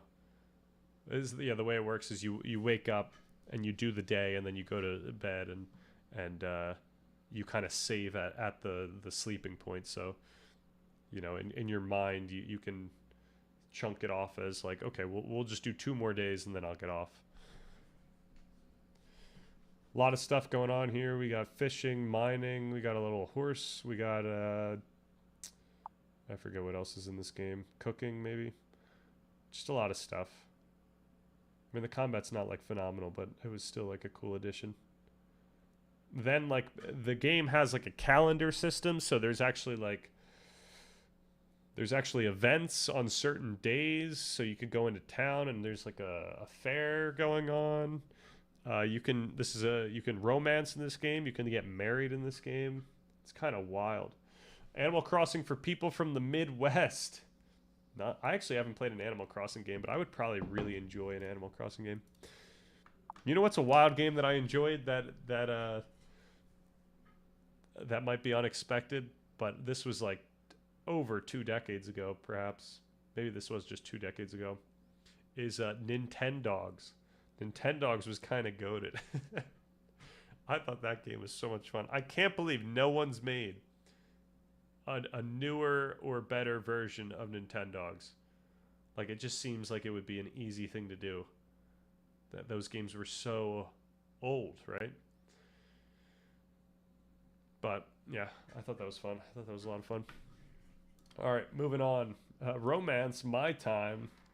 Yeah, get in there, and you choose, right? You get to choose who you want to, keep giving gifts and stuff like that. So it's one of those types of games. The Portal series. This is Portal 1, Portal 2, and Portal Reloaded. So this is an instance where I did play a mod. If you haven't played Portal Reloaded and you've played 1 and 2, I would highly recommend Portal Reloaded. It incorporates a third portal gun that deals with time. So you can actually, I'll just go to it. Portal Reloaded. So is this going to be like an update, or is this going to be the actual... Yeah, like this third portal is a portal that goes back in like time 10 years. So some of these puzzles you kind of have to see what the area looks like 10 years ago, or 10 years after. I forget which one's disheveled. One of them's usually disheveled, and then But then you have to shoot into the time. Yeah, like this game was insane, but very cool. Oh yeah. I don't think I have it in me to play another Portal game. This stuff is so demanding cognitively. And just a ton of levels too. The cooperative update? Oh my gosh. I don't think any of my friends would want to get deep into that type of thing. Great game. Portal 1 is great, just short. Portal 2 is great and the right length. It's, you know, these are just phenomenal games. All right, Hades 2. We played this not too long ago. I thought everything about Hades 2 was better than Hades 1 except for the story, unfortunately. But I actually haven't finished it, so perhaps it'll get even. Actually, I've gotten to the credits, but I haven't like finished all the content. So I do want to get back to playing this at some point because the mechanics are just phenomenal. This game is okay. We're just getting we're not going to get any gameplay. I don't know if anyone's played Hades 1 here, but this stuff is just nuts. It's just crack. Roguelike crack. Or roguelite crack. I watched you play this. I was there. Hell yeah. Oof. Battle down to hell. Battle up to the heavens. Great. Great game.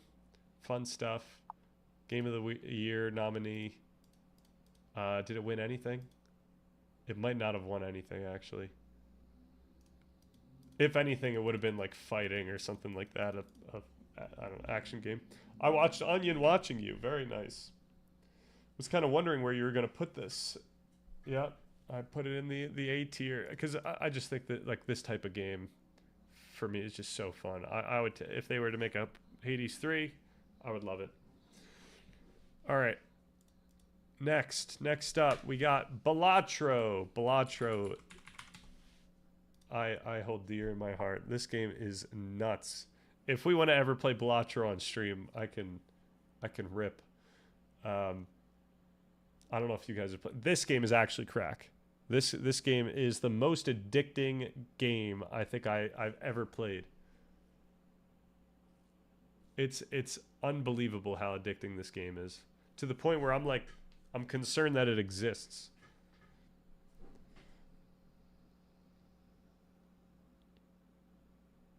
But yeah, this is just a really unique roguelike. So yeah, like games like this make me feel like roguelikes are not dead and that they are still quite alive and well, and people are still coming up with new ways to do roguelikes, and yeah, just great stuff. He was like that with the eyes. Thank you for telling me, Stan. Now I won't play it. Yeah, like I honestly don't know whether I should recommend this game to anyone because it will ruin their life. It will suck away hours from you. That being said, if you're ever on a plane and you want to time travel like 8 hours, 7 hours, however long 4 hours, however long your flight is, if you want to time travel to the end of the flight, you just get this game and you're golden. I played it and was done with it after 40 hours. Fair enough. Yeah, what do you think was the thing that got you got you to end at one point? Solid amount of time though for cheat. Yeah, it's like the take home on that is amazing. All right. I could glaze Balatro all day, so let's move on. Baldur's Gate 3. What does this count as? RPG choices? Okay. Everyone knows Baldur's Gate. Baldur's Gate's just wild. It's nutty. Like voice acting for literally everything, every decision, different branching, decision trees. Great story for a bunch of characters. You can't even do like everything that the game has to offer in one run. It's that huge. And one run is like 100 hours. So it's just incredible, and it's D&D mechanics, which are cool. At least I think it's cool. So yeah, would recommend this one as well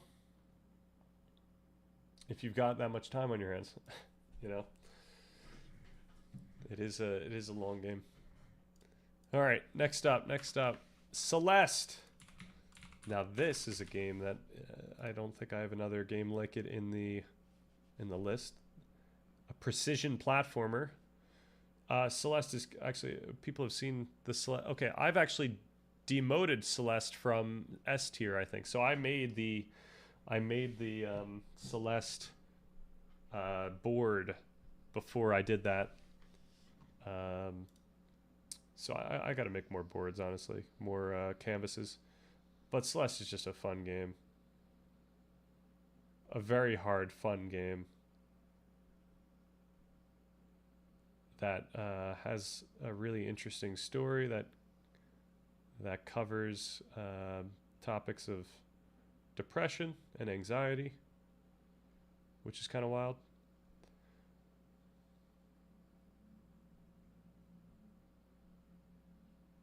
Yeah, it's been a while since I played it, but I remember enjoying it a ton. All right. Oh, this is where we get to the real games. Oxygen not included. This game is insane. Okay, no, let's not do a mod. Let's do. I don't even know how to describe this game. This game is it's a survival game, but it's also a sandbox. Like, you have these people, you know, do your bidding essentially for their own good. You know, you need to make sure that they build like beds and stuff, or else they'll just die. You need to make sure they build the stuff that allows them to eat, or else they'll just die. But what's going on here is like, okay, so first of all, there's oxygen here. Like you could see these little specks. This is telling us that we've got oxygen, but then there's different gases. And, you know, they can't breathe in the different gases. And also the different gases have different properties, and they allow you to do different things. So you can pipe different gases into your, you know, you could do HVAC, you do water piping. So there's a layer, like, you know, there's a 2D layer for each of these things. There's a layer for wiring. Every single material has a weight, has a mass, has properties, has heat, conductivity. This game is ridiculous. Yeah, that's the other thing. You're dealing with heat as well, so you have to get like insulation, and you just build your base. It is crazy. Yep, there's the electricity. So this game takes a long time though. There's farming. So I guess this is another farming game, just not quite at the same in the same vein. You build machines, you can build stuff to cook. Yeah, you can get your guys to wear these suits so that they don't die when they're in places without oxygen. You create incredibly complex circuitry. Both in the people can get sick, so you have to get you can get up to the top, you can get to space in order to research new stuff. This game is not, and then you build a rocket, and that's how you kind of win, in a sense.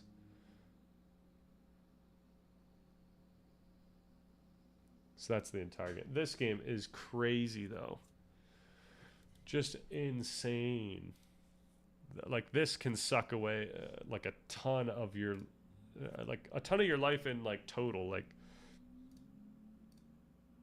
yeah, I don't even know how to describe this game. It's just that I don't know if I want to play this game again because it's just so in depth. So yeah, these are all the different overlays. You've got the electricity overlay. You've got a heat overlay, so you could see if your base is too hot. You have to deal with like ventilation in such a way that your base doesn't get too hot. You have to deal with when you're dealing with liquids. The liquids have heat, so at every second, like it's like a sandbox game where like at every second, everything that's on the same square is like distributing heat with each other, and then also, you know, depending on what it is and how much heat it can carry, or yeah, however much heat it can carry, like the heat dissipates, and so does the gas. The gas can move. Water will fall. I forget what this guy's doing. Maybe that's automation. Then you've got lighting. Yeah, you have to deal with lighting. You have to make sure that the people can see. That's what this guy is, a little light bulb. Okay. Then you got water, liquids, you got gases, you got plants. Just an insane game. Scribblenauts. Do I even know Scribble? I've heard of Scribblenauts. Is it similar in maybe just the art style, or is it similar in? No, it seems like a puzzle adventure. But Sandbox, you know what? Maybe Sandbox would make it similar. Probably controls are slightly different in terms of like Oxygen Not Included. It's kind of like RimWorld, where you're giving people tasks. You're telling them like what types of tasks they should be doing at what priority levels, so that when something comes up, that someone can deal with it. I don't think I'm ever going to get into RimWorld, just because that seems like another game where you can go down a rabbit hole. You get a notepad where you type in words and can spawn things. Oh, that's cool, to solve problems. Nice. It's like a Doodle Bob. All right, next up. Oh, never mind. That's the end of the A tier. So we're getting to the S tier. We got Subnautica. Subnautica the First. This game was kind of wild because it doesn't tell you anything, and you just kind of have to figure it out, and it's scary, and you have to go into the depths, and there's a cool story that's going on. You know, you find out that there's like aliens involved, and it's just nutty, and you get real deep in this game.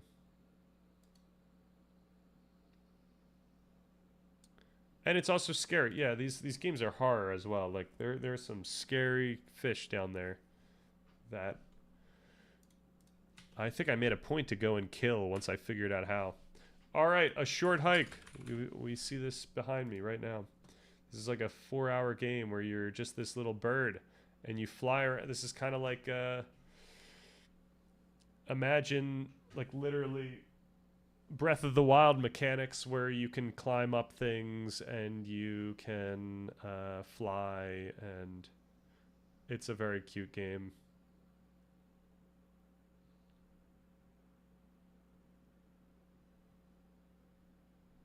Just good fun, and just really well made, and it's got a great ending. And when you soar like that, you just feel amazing. Maybe I should play this one again. Maybe there's a mod for this game. Maybe someone's made new content. That's worth checking out at some point. All right, next one. We got Sekiro. I need to make a canvas for Sekiro. This is another FromSoft game. This combat is clean and difficult. You have to parry. You cannot play this game without parrying. It's a parry-centric game. So it's similar to Dark Souls in like the traversal of the map, but the mechanics of the combat are significantly different in how you're supposed to succeed, or how you can effectively succeed. But once it clicks, it feels really great. You get to have a lot of fun just holding your own against these enemies. If you're into difficult games, would recommend this. Next up, we got Hollow Knight.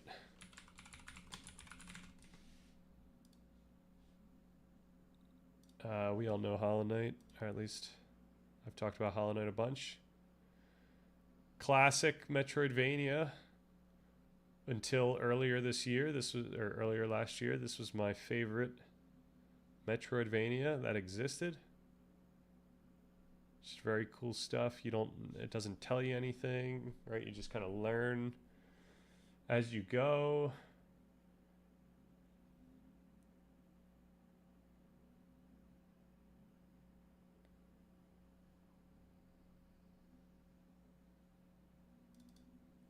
Yeah, fun stuff.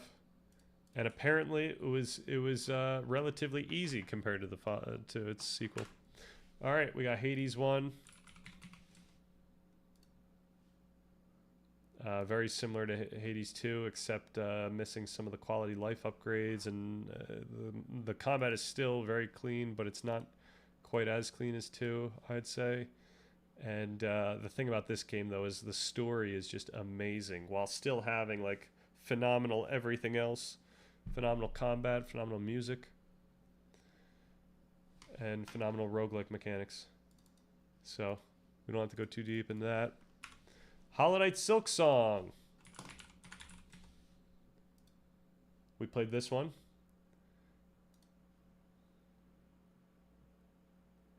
Just amazing.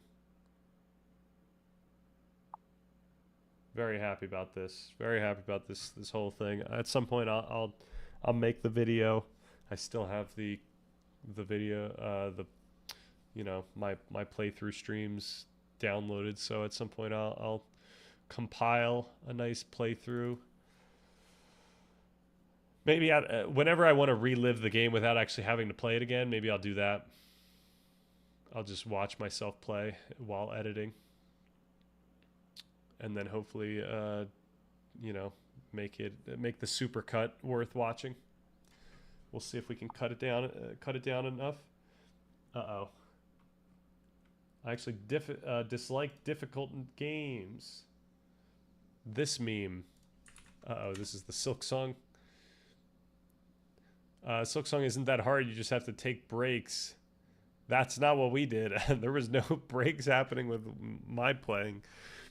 The difficult enjoyer, #1 break taker, should really take a break and come back to it later. Maybe if you took a break. Yeah, I'm not a big fan of just telling someone to take a break if a game's too hard. Usually it's like information would make the game easier. Like for a Dark Souls game, usually there's just like some hidden item that's going to make the game like significantly easier for you. The way that I was playing Silksong was informed by how I messed up in Hollow Knight in terms of map traversal and stuff. So we did like a nice breadth first search in Silksong. So that allowed me to have as much as I could possibly have for almost any that's actually not the case, but for like going into a new area. So like I felt well equipped all the time. Stan is a professional, so he made it enjoyable. Hell yeah. Yeah, there were a few fights where like it took a little while for me to get past, but I felt like there wasn't anything that really slowed down the game. So it felt like we were always doing something. It felt like the game always had something cool to offer around the corner. I played a lot better. I think I was playing like straight up all day, if I recall. Yeah, some games like I will literally take off work for, and I was doing something that weekend that game came out, but I would have taken off just to play that game. All right, Breath of the Wild. Oh, I can't even get a Steam.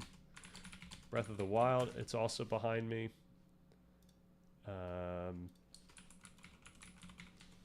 So let's just do whoa, let's not get in trouble. Yep, so this game was a lot about exploration and traversal. This was a big traversal type game. The story, of course, is like slightly lacking because it's a Zelda game. But that doesn't matter because it's just a lot of cool content, and it was beautiful, and it's like a sandbox world, and it's I don't know, it's everything. Music's great. Buy it now. Oh, that's an ad. Okay. Then we've got Outer Wilds. I think we're down to the top three games. Outer Wilds. If you haven't seen this game, I'm actually not going to spoil it. But this is like a information type game, a puzzle game. That you're not dealing with like local puzzles, but you're figuring out what happened in this solar system. So you you fly your ship around and you just kind of figure out what's going on, and it leads you to places where you want to learn new information, and it is incredible. And this is including, you know what, this has to be including and DLC. The DLC was amazing as well. These games are just absolutely insane. This I don't even know what I don't know how to even describe how cool the story is in this game, and how it's honestly better than Christopher Nolan type time stuff. Like this game has a really cool premise and a really cool underlying story, let's just say. It's all about exploration and figuring things out. All right, Tears of the Kingdom. We've got the sequel to Breath of the Wild. I just felt like a kid playing this game. I know it's like pretty much the same map except for the extra content, the new areas. But I just can't get enough of this type of game. This is insane. Like all of the mechanics in this game I thought were significantly more fun than in Breath of the Wild, given that you can build almost anything and just you could just drive around in whatever you built. And yeah, this one's less about traversal though, because you can get so high up in the air. Like this game is like, it's honestly just a playground on the previous game.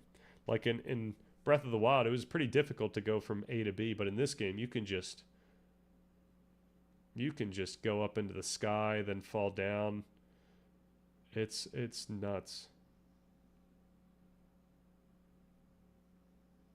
The story was a little better here than in Breath of the Wild, I thought. I liked the story a little more, I should say. Like there was more intrigue, I thought. All right, number one game. Elden Ring.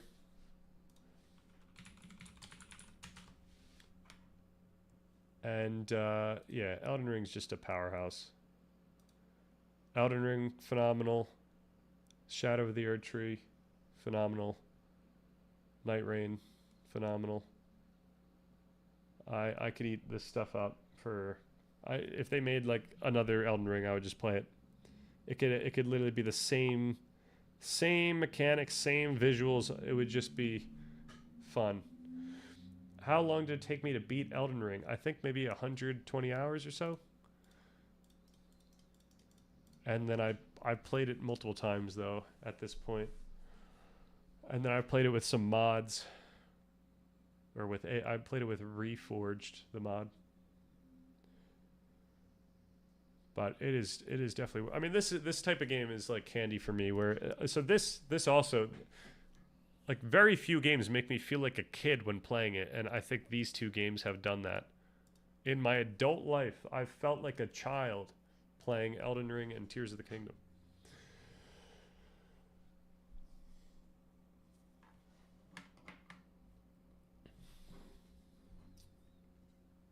But yeah, if you're into that type of exploration where there's just something interesting almost everywhere, then I would recommend this. Also, it's just satisfying to build your character and get better at things and to beat these fights. And like with Elden Ring, unlike, you know, Dark Souls games or Sekiro, like you can really become overpowered by just, you know, putting in the work to grind.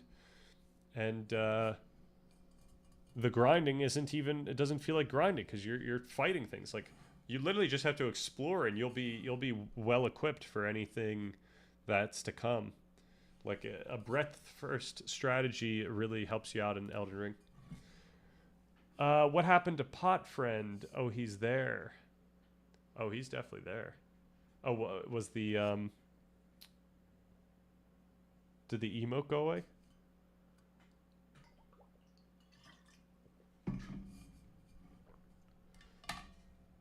All right. Now that we've hit the end, that was the S tier. Wait, do we see? Oh, here we go. Tier average. So S tier average 95%. A tier 94%. We don't have one for the B tier, I guess.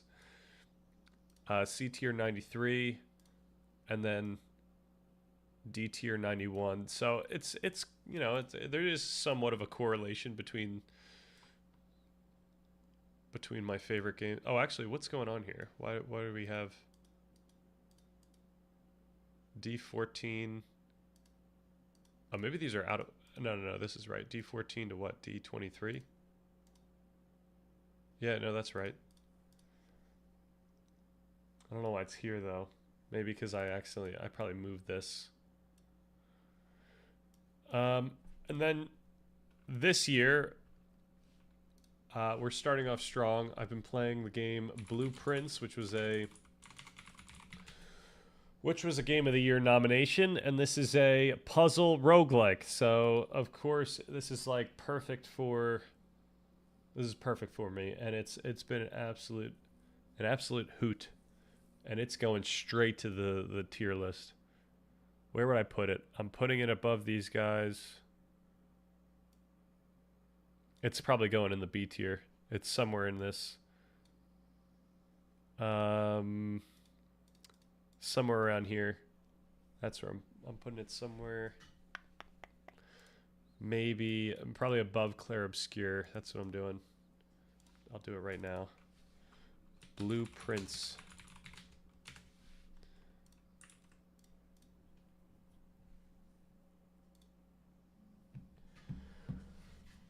Okay, he shows up on the screen, but I can't see him in chat. Oh, that's interesting. Should I do something to enable that?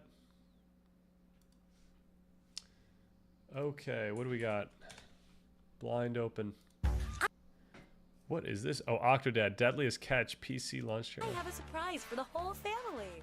A free trip to the aquarium.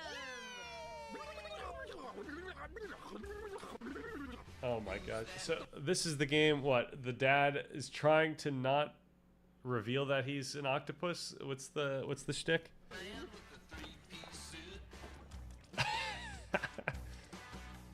These games are for children.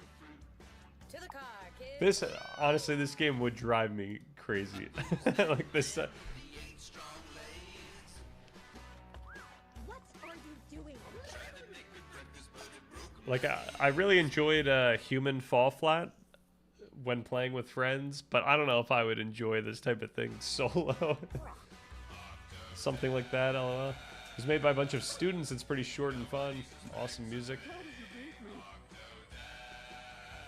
Yeah, this is so funny. I remember talking to my friend on the bus in high school about Honey, are Octodad. you all right? Just the premise of it. Don't worry, we're here for you. Sometimes when I get scared, I pretend This is pretty impressive for a student made. Cloudosaurus or a Do it for the fans! I get scared. Octodad.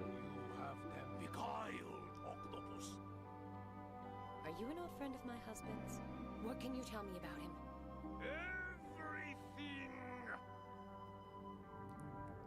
Kids, have you seen your father? It's almost closing time. Oh no.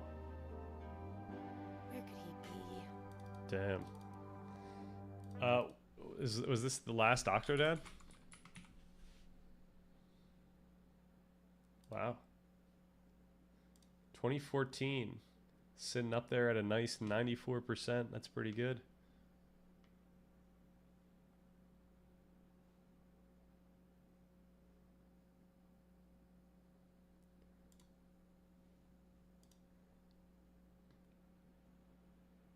Is this the same studio?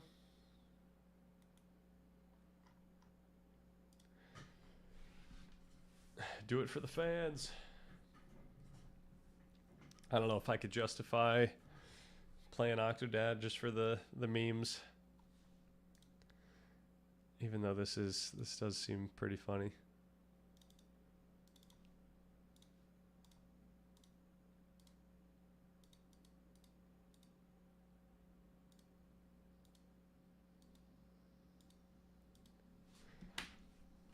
Octodad playtime. Wow, this is quite short. Jeez, 2.5 hours. Destruction, deception, and fatherhood. The player controls Octodad, a dapper octopus masquerading as a human as he goes about his life. Octodad's existence is a constant struggle as he must master mundane tasks with his unwieldy, boneless tentacles while simultaneously keeping his cephalopodon nature a secret. That's just hilarious. Incredible. Okay. I think now, actually, you know what? Now that we've come to an end, what are the any recommendations that have just not been? He was an octopus all along. Any recommendations that have not been that I haven't played yet, that I haven't seen or played between all these games?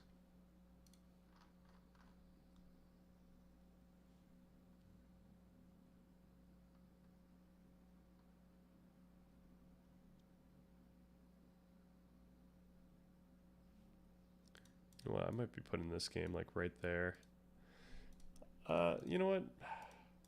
I'm gonna have to decide on this later. I'm gonna have to sleep on it. No Assassin's Creed or God of War. I don't think I'm going to play an Assassin's Creed. I don't know if I'm just not thrilled about the Ubisoft type game. God of War I do want to play though. God of War, I do owe it to myself to play it. That being said, I'm wondering whether I should play the first one. I'm guessing I should play the first one before I play the second one, right? I would want to make sure that there's some mods maybe that make it look good. What do we got? What do we got? Could we get downloads? Could we get endorsements? All time, descending.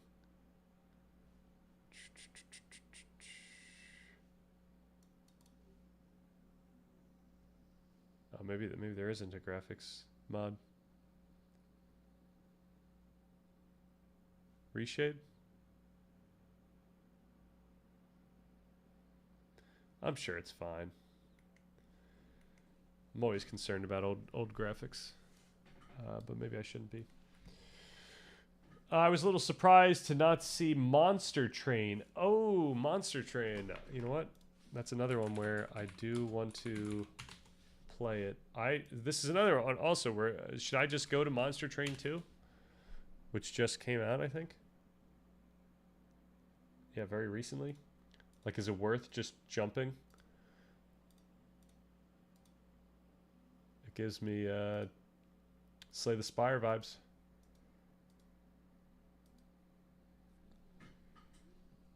Like, I'm sure that this is in my wish list. It's just there's too many games to play. Not enough time. What about Mafia? Mafia. I think yeah, what about the Mafia games? Like, I'm not sure if I would...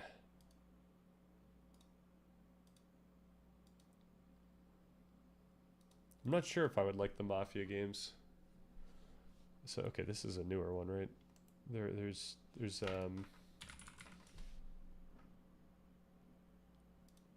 what were the original Mafia games? Does this count? Whoa. That's pretty long ago.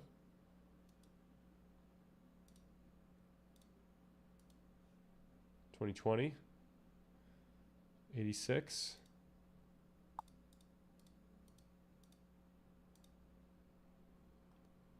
Oh, this one's more open world as opposed to stealth. Mafia 2 Classic. 2020.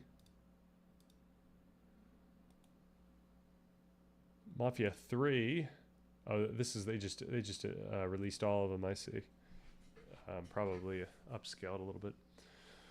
The old content from MT Monster Train 1 is unlockable in Monster Train 2. Oh, nice. Pretty smart. That is smart. Slice and Dice is pretty neat.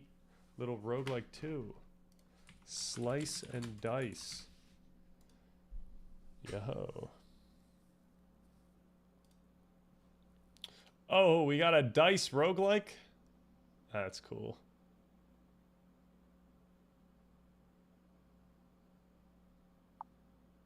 And we got an overwhelmingly positive. I like that.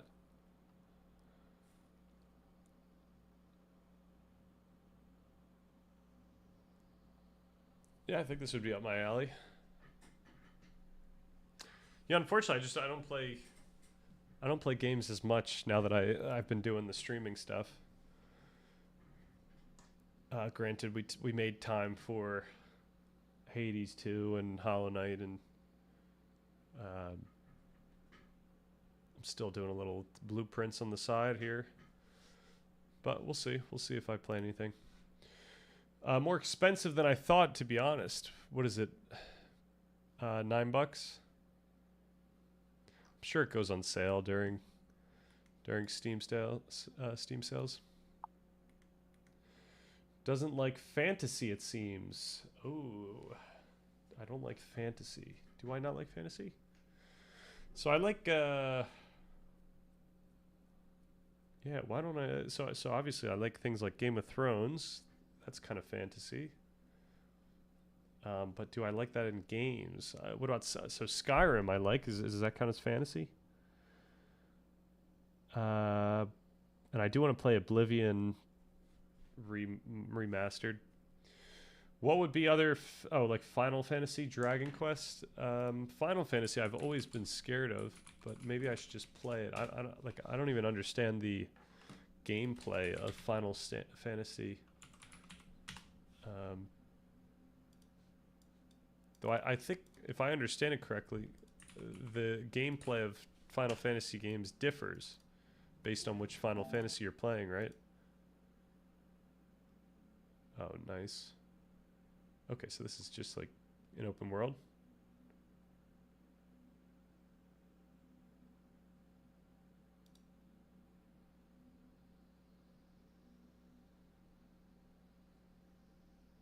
The other thing I think I'm scared about is the play time of these games, but we'll see.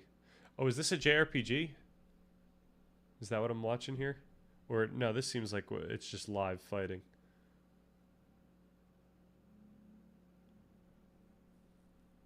Interesting. Zelda is kind of fantasy, I guess. Yeah, I guess so. I mean, these games go way back, right? Baldur's Gate was there. No Elder Scroll. Yeah. Dragon's Age. Okay, Neverwinter.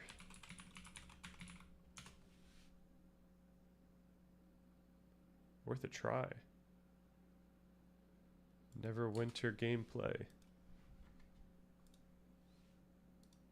Is this a new game?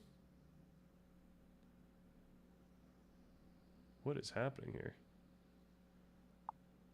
Whoa.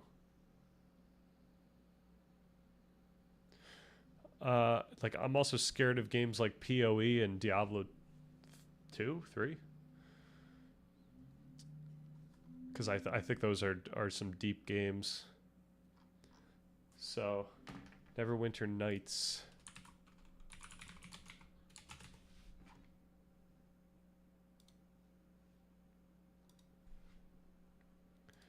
Oh, we got an older game here.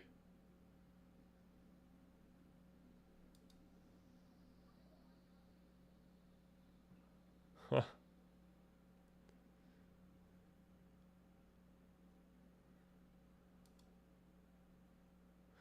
Yeah, I do have to get over my hesitancy to play these like older type games. Like I've heard a lot of people say great things about Morrowind as well. So like I still want to play that. I do want to also play New Vegas, if that can get some type of remaster.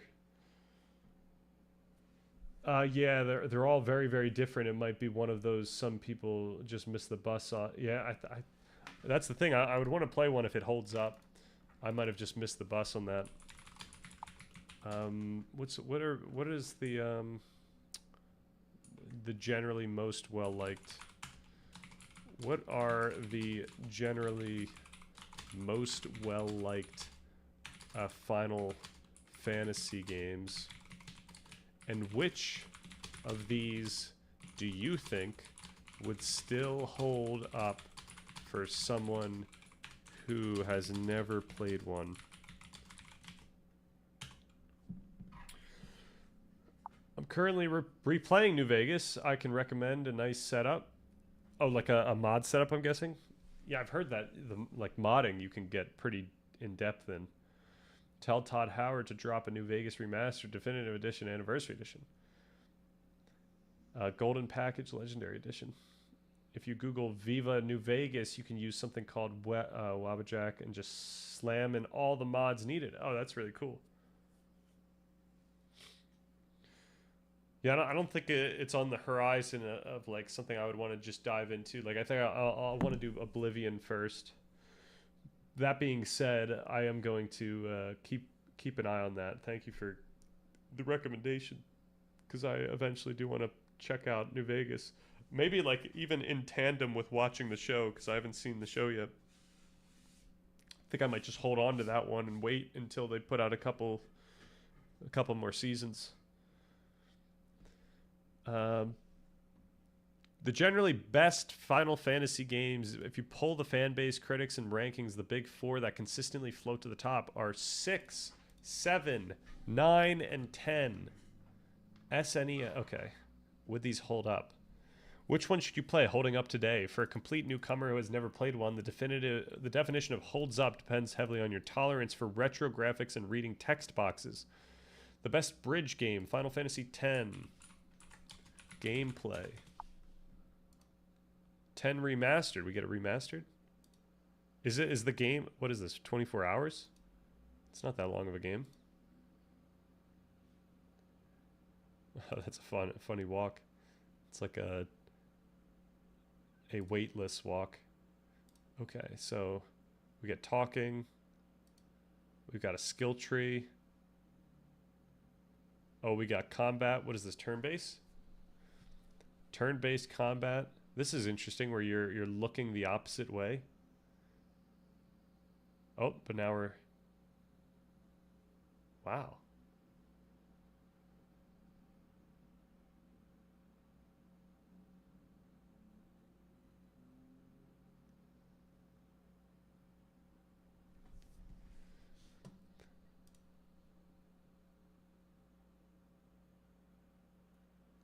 Yeah, even this for me might like the graphics might be a barrier, which is probably not great, but I don't know. Maybe I'm a weirdo. Golden Package Legendary Edition, very nice. Yeah, we'll take it all. If you go, okay. Final Fantasy X would have been my recommendation too. Stan finds out about Final Fantasy Online, what is that, 14? And starts a server-wide Stan free company. Nice. So how many, yeah, actually, how many of the games are turn-based, like JRPG?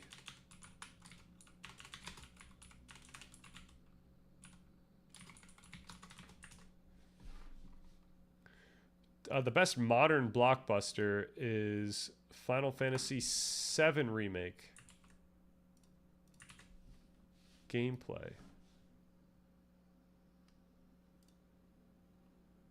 Ooh. Okay, so this is the type where you're fighting things live and you're diving out of the way. I mean, this is a closer type of gameplay style to, you know, like a Dark Souls. Granted, I'm sure this is...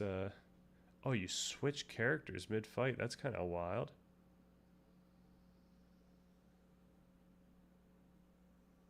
That's cool.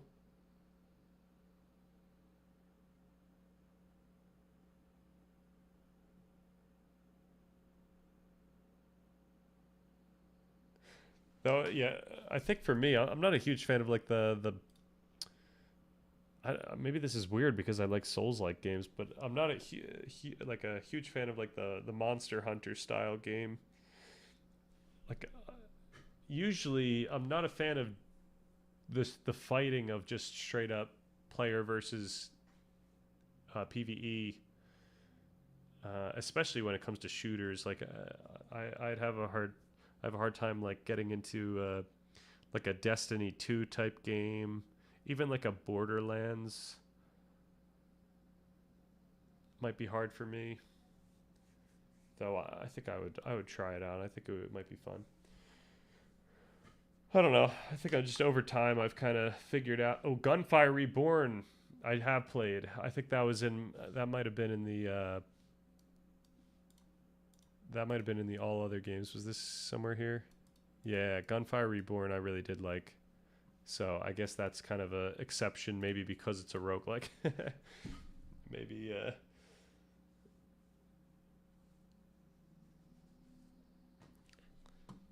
yeah, so I wonder if it's the style of game that makes it. So like, how much of this game is just the fighting? Actually, this is literally a compact gameplay. Oh yeah. What is going on there?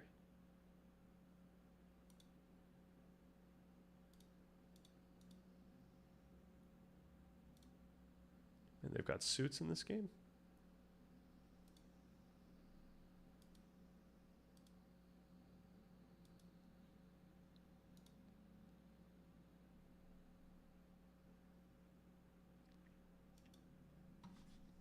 Yeah, the other issue I have is like I'm always trying to look for like the greatest version of a type of game. So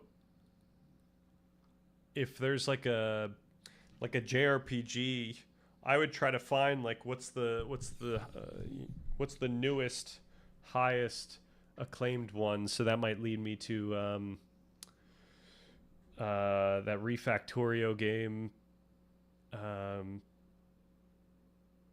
Yeah, what else? I'm curious if there's a game like these Final Fantasy games where like it's perhaps a different studio that's just done like a phenomenal job in that type of game today. Okay. If you define turn-based as selecting commands from a menu while characters stand in line, then 10 of the 16 games fit that classic JRPG style. Oh, the pure turn-based game is 4 games. Then the active time battle. This is still menu-based combat, but adds a pressure element. A small bar fills up for each character. When it's full, they can act. If you take too long to scroll through menus, the enemy will hit you while you are thinking. Wow, okay. Almost all these games have a setting in the option menu called wait mode. If you turn this on, the time freezes whenever you... Okay, that's cool. The shift to modern action, the rest. Starting with Final Fantasy VII, the series began experimenting with removing random encounters and moving toward real-time action. Hybrid systems feels like an MMO or fast-paced command input. Yeah, I never played WoW, so I guess I don't understand that MMO style combat. Full action RPGs, dodging, blocking, real-time attacking.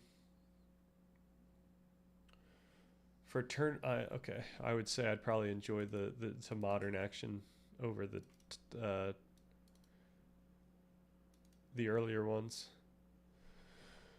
It's very drop in out. I do appreciate that. I can't comment on 7 remake. Original 7 was my childhood, and they butchered my son. Oh, like you tried the 7 remake and you thought it was not up to the standards of that game? Not even once? Not even the trial? What, for these types of games? I mean, I guess I could do the trial. I just there's just so many games that I want to play that a World of Warcraft, not even the trial. No, I haven't tried. That one's, I wouldn't want to even dip my toe in because I don't think I'd be able to like effectively play without putting a lot of time in. I heard the story changes and refuses to engage. Aw. That's unfortunate. I think by now Dragon Quest is the better JRPG for anyone to dip their toes. Dragon Quest 11. There's 11? Question. Yeesh. Oh, this is cool. This type of graphic scheme, I think, holds up better than some of the, like the early Final Fantasy ones, because at least it's still like cartoonish, similar to how like the Zelda games, the earlier Zelda games, kind of hold up. Like Wind Waker. These enemies are pretty funny looking.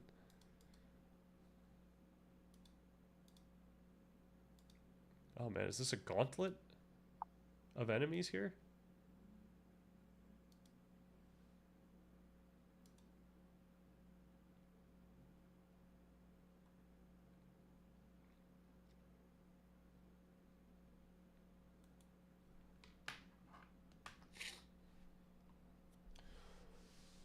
It's a very pure JRPG, so if you quickly know, you'd quickly know if you like or not. I think they still have a national holiday in Japan when a new one drops. That's awesome. Cartoonish graphics always hold up because cartoons aesthetics are very set already, right? Yeah.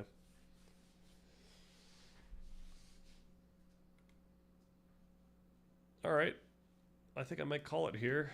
We got a good bit of game discussion in. Hopefully this was entertaining going through this tier list. It was fun for me to just re-immerse myself in these games I enjoyed.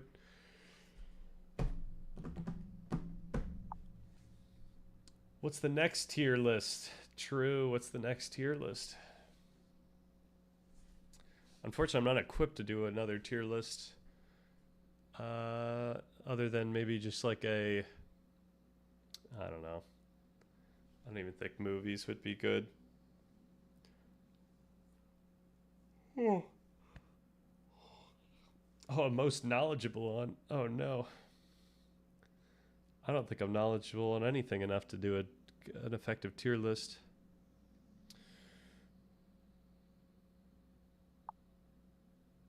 We can't do a philosophy one. We already know it. True. Hot tubs ranked. Absolutely. Yeah, I'll have to think about that. See if there's any other reason to do a tier list here. I mean, at some point, I always joke that I want to do the logical fallacy tier list, and you know, we'll see if Alex O'Connor would want to join me on that one. If not, I'll just make it whenever that comes up. I mean, the content for that's going to be here, but I don't know if I'm going to want to make a video on it when we're working on the content in the document. All right, let us bounce. Thank you all for chilling and indulging me as I show my games off. And yeah, we'll continue doing the stuff tomorrow. Getting into the part 2. Yeah, cheers, and have a good rest of the day.